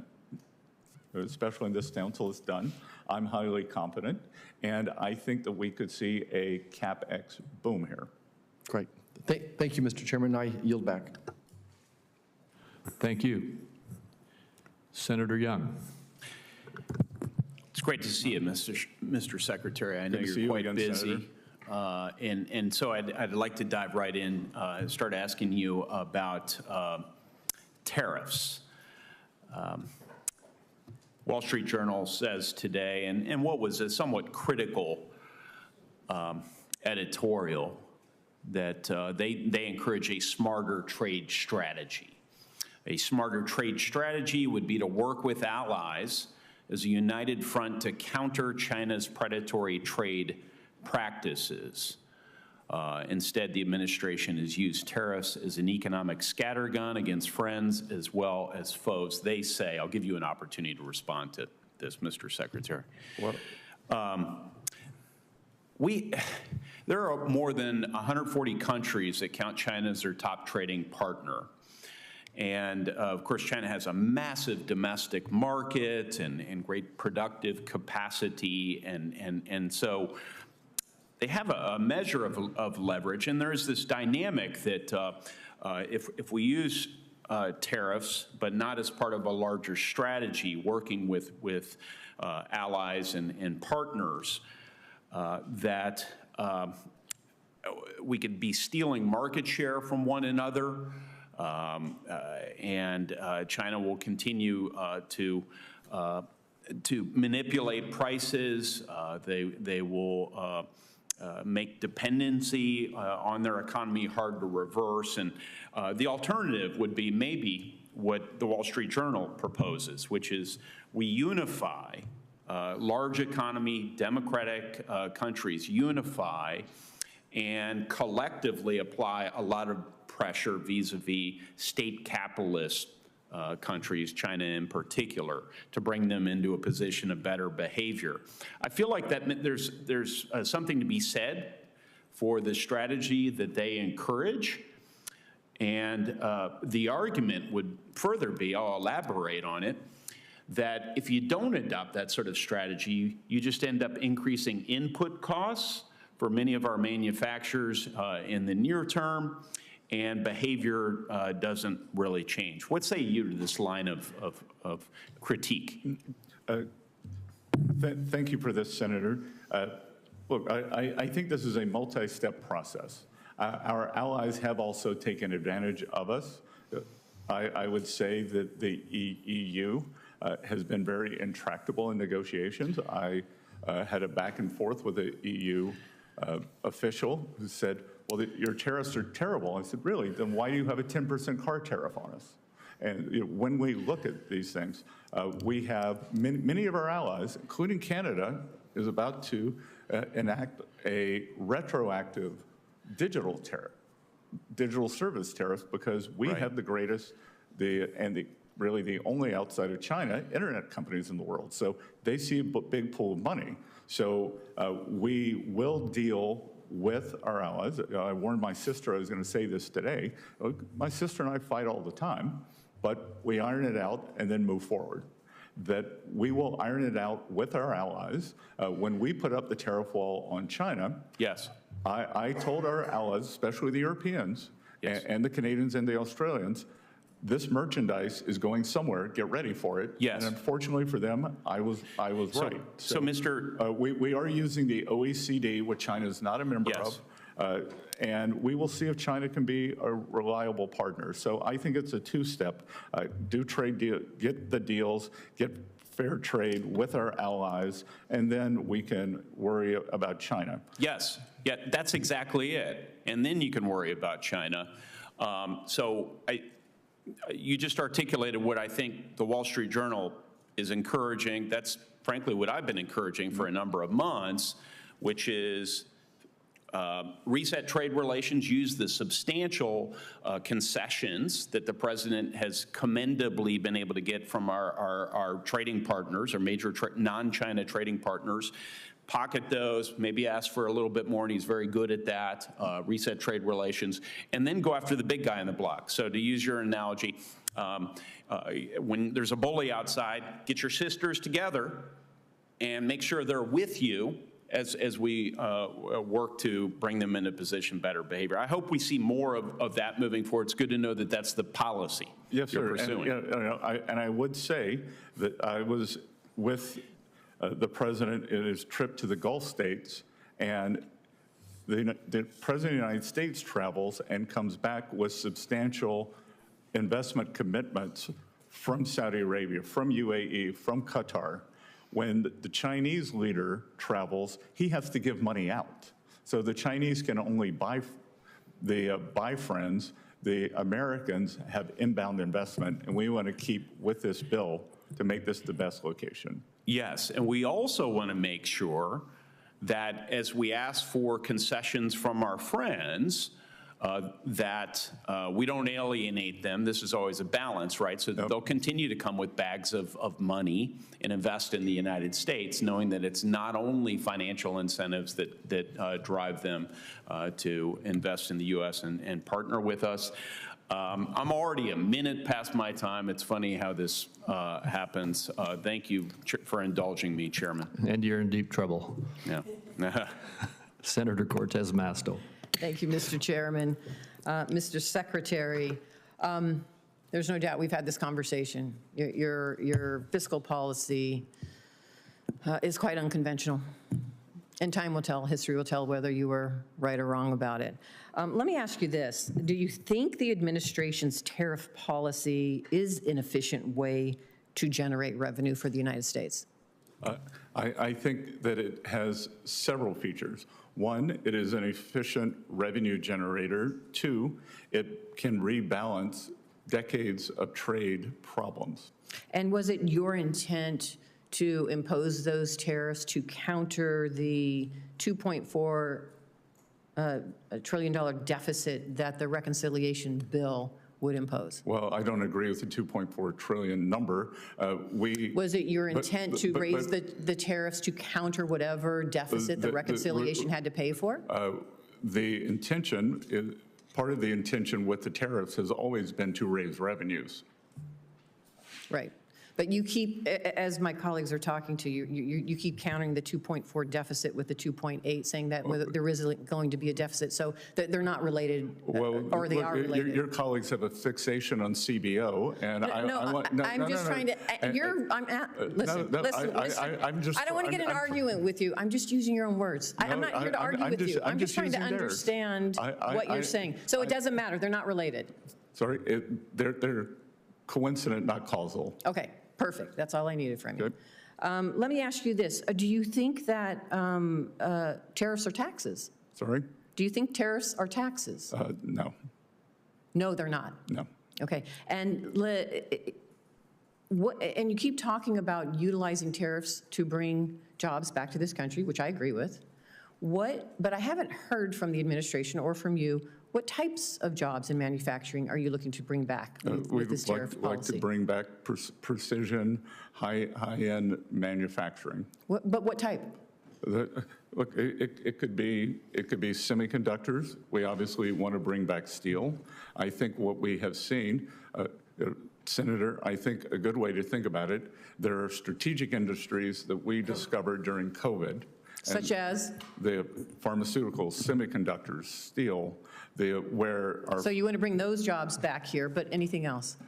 Sure, there's a whole array, whether it's auto manufacturing. So I would ask that you give me the whole array, because if you have this in mind that you want to bring these jobs back, we should all be working together to focus on that. But I haven't heard this administration identify the types of manufacturing. So I would look forward to that. If you can send that to me, that would be great. I'm happy to send you that, but again.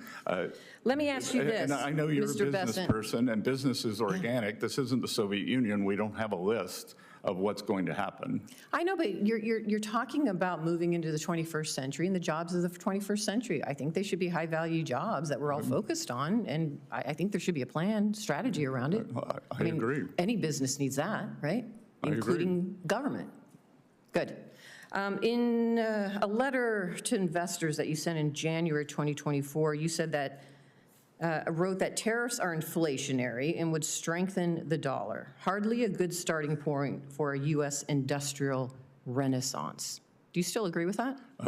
No, that's been completely wrong. Okay. There's been a lot of talk about small businesses and whether they're being impacted or not. If you would like to know the true impact, I welcome you to come to Nevada and sit with my small businesses. They are being impacted. There is uncertainty and chaos. I hear it from them all the time. They're concerned whether they can keep their doors open or not. I've heard from the trade ambassador that this administration has made the decision to look at short-term pain for long-term gain, quoted by the administration. And I don't think my small businesses are going to be around for that long-term gain because their doors are going to shutter. So what do I tell them as they are being squeezed by the tariffs because high costs are impacting them, the fact that they can't keep their doors open, and the fact that this administration really isn't looking out for small businesses across the country? What do I tell them? Well, I would disagree with the idea that we're not looking out after small businesses, and small business optimism just hit a new record. So, sure, so tell me what I tell my small business. It's not helping them to say, well, the secretary said that, this policy is out there and you should be optimistic. Well, That's not working. If this is my wish list, you could tell me you're going to vote for the tax bill and give them great tax certainty. The tax bill will give them tax certainty, and the tariffs do not give them tax certainty. So the tariffs are going to continue, and that is the problem.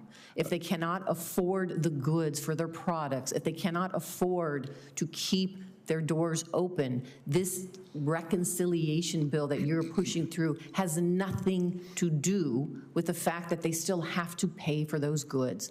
I know I've gone over my time. Yep. Thank you, Mr. Chairman. Thank you, and I just do have to insert here that if we don't pass this tax bill and extend the TCJA, those small businesses' tax rates are going to go up massively. I understand that, Mr. Chairman, but we also have to recognize they're also going to lose access to their health care, and their health care costs are going to go up as well. Well, we'll argue on that one. Senator Sanders. Thanks, Mr. Chairman. Thanks, Mr. Bessent, for being here. Help me out here. My understanding is the Trump administration has, I think, 13 billionaires in office right now, leading government agencies. Is that about right, do you think? I have no idea, Senator. I think that's what the number is.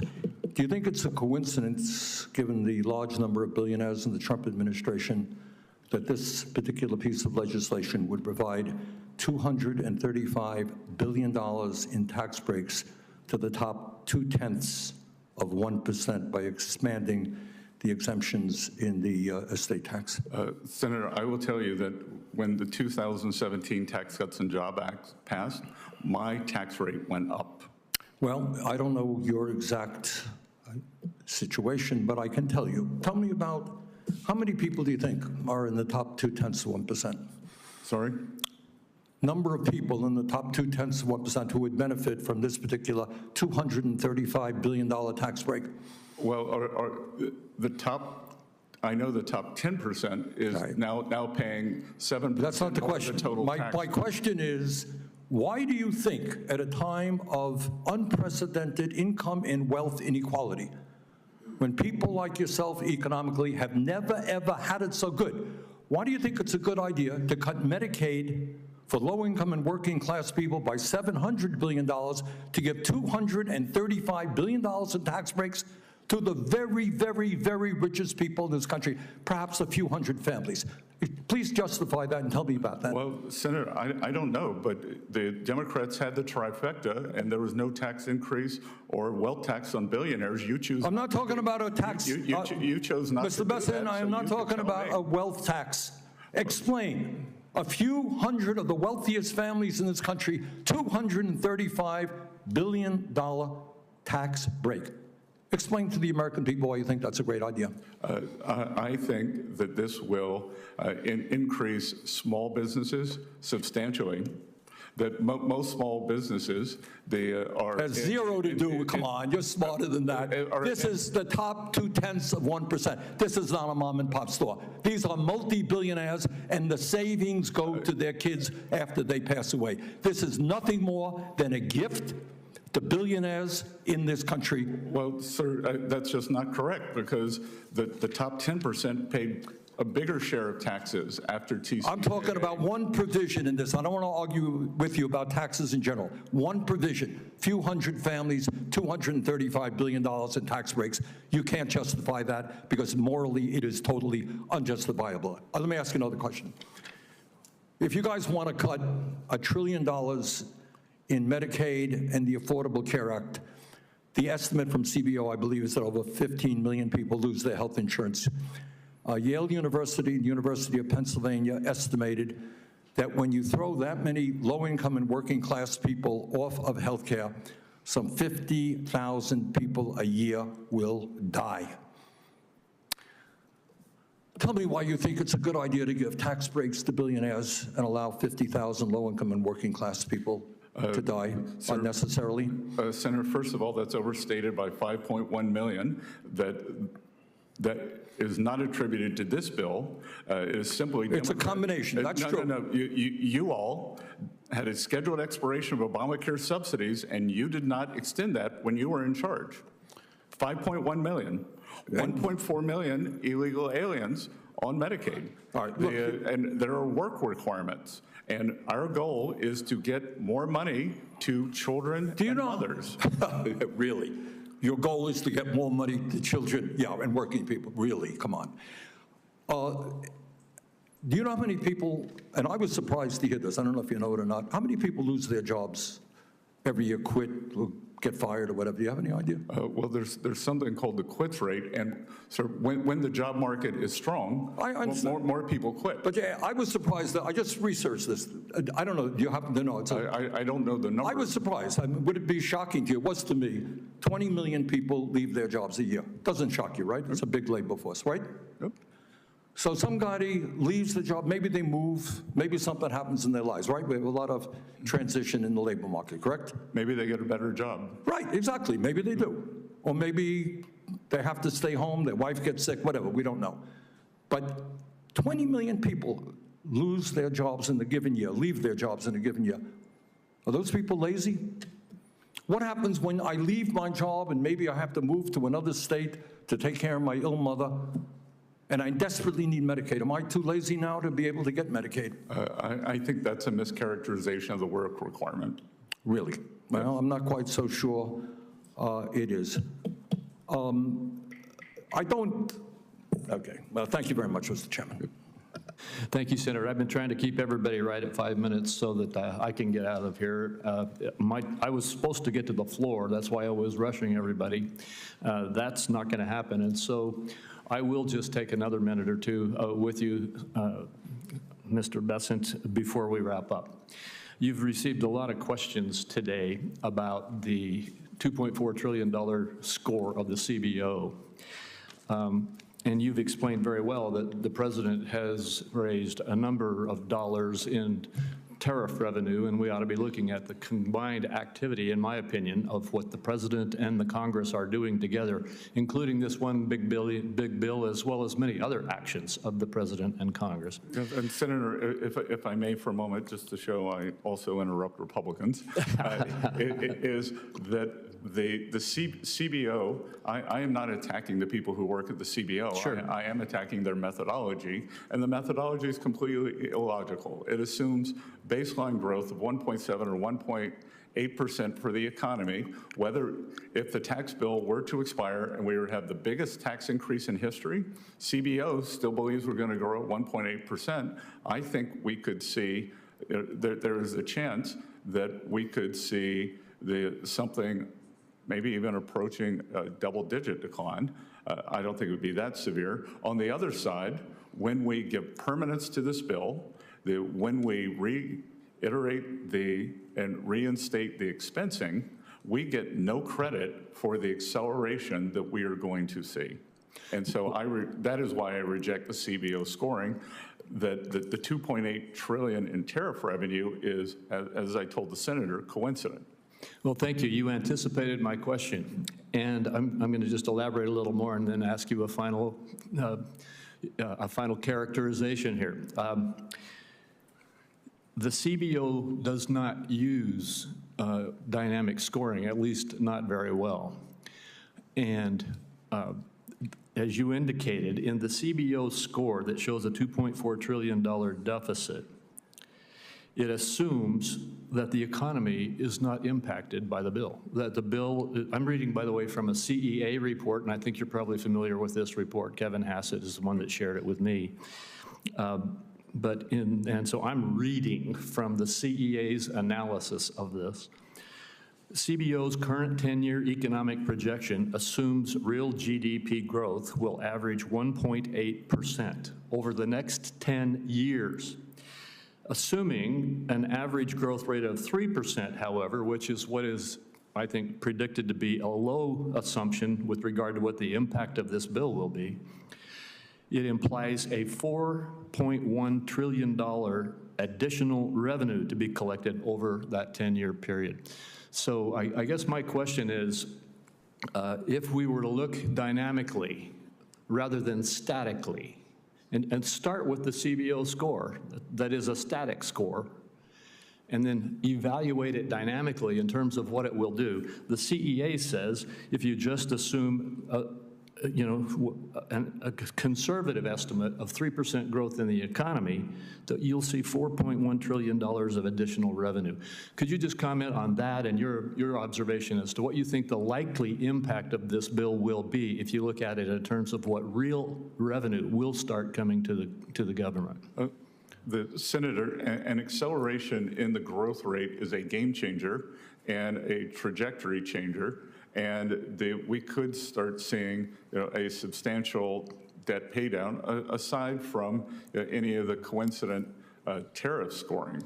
And my guess is that you then go into a virtuous cycle, because as you're paying down debt, the interest rates come down, and it would actually be even better. And I worked with CEA on that, and we actually I think did some fairly, I wouldn't call it harsh, but some very regimented modeling in terms of the outcomes and what the other variables would be. So there were people who were pushing for higher growth. There were people who were pushing for lower interest rates. And I think we used very, very realistic assumptions in there.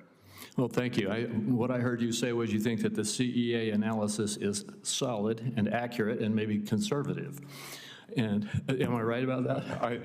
I think it is extremely robust, and that I think it's important to have upside surprises.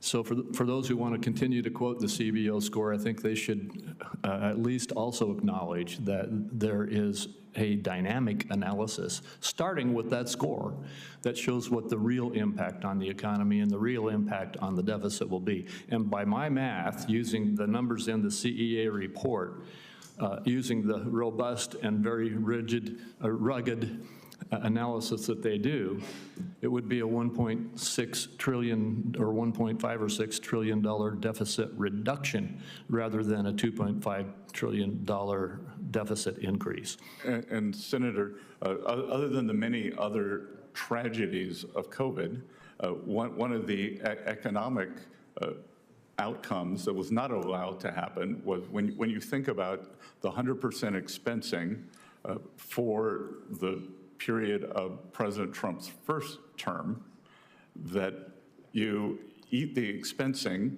in the front years, but you are really, however you want to say it, cocking the spring, pulling the rubber band back, and then you get the full economic might of the new industrial equipment, the jobs that have been created. So COVID interrupted what I think would have been a very powerful path up because of that expensing, the creation of new capital stock, and the creation of new jobs. Well, thank you. And I appreciate your analysis. I appreciate all the great work that you're doing. And I also appreciate you giving us the time you gave us today.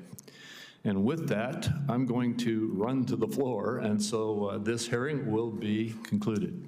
Thank you. Oh, wait a minute. Before I say that, I'm supposed to say to my colleagues, questions for the record are due on Thursday, the 19th. Close of business? Close of business by Thursday of the 19th, and now the hearing is adjourned. Thank you.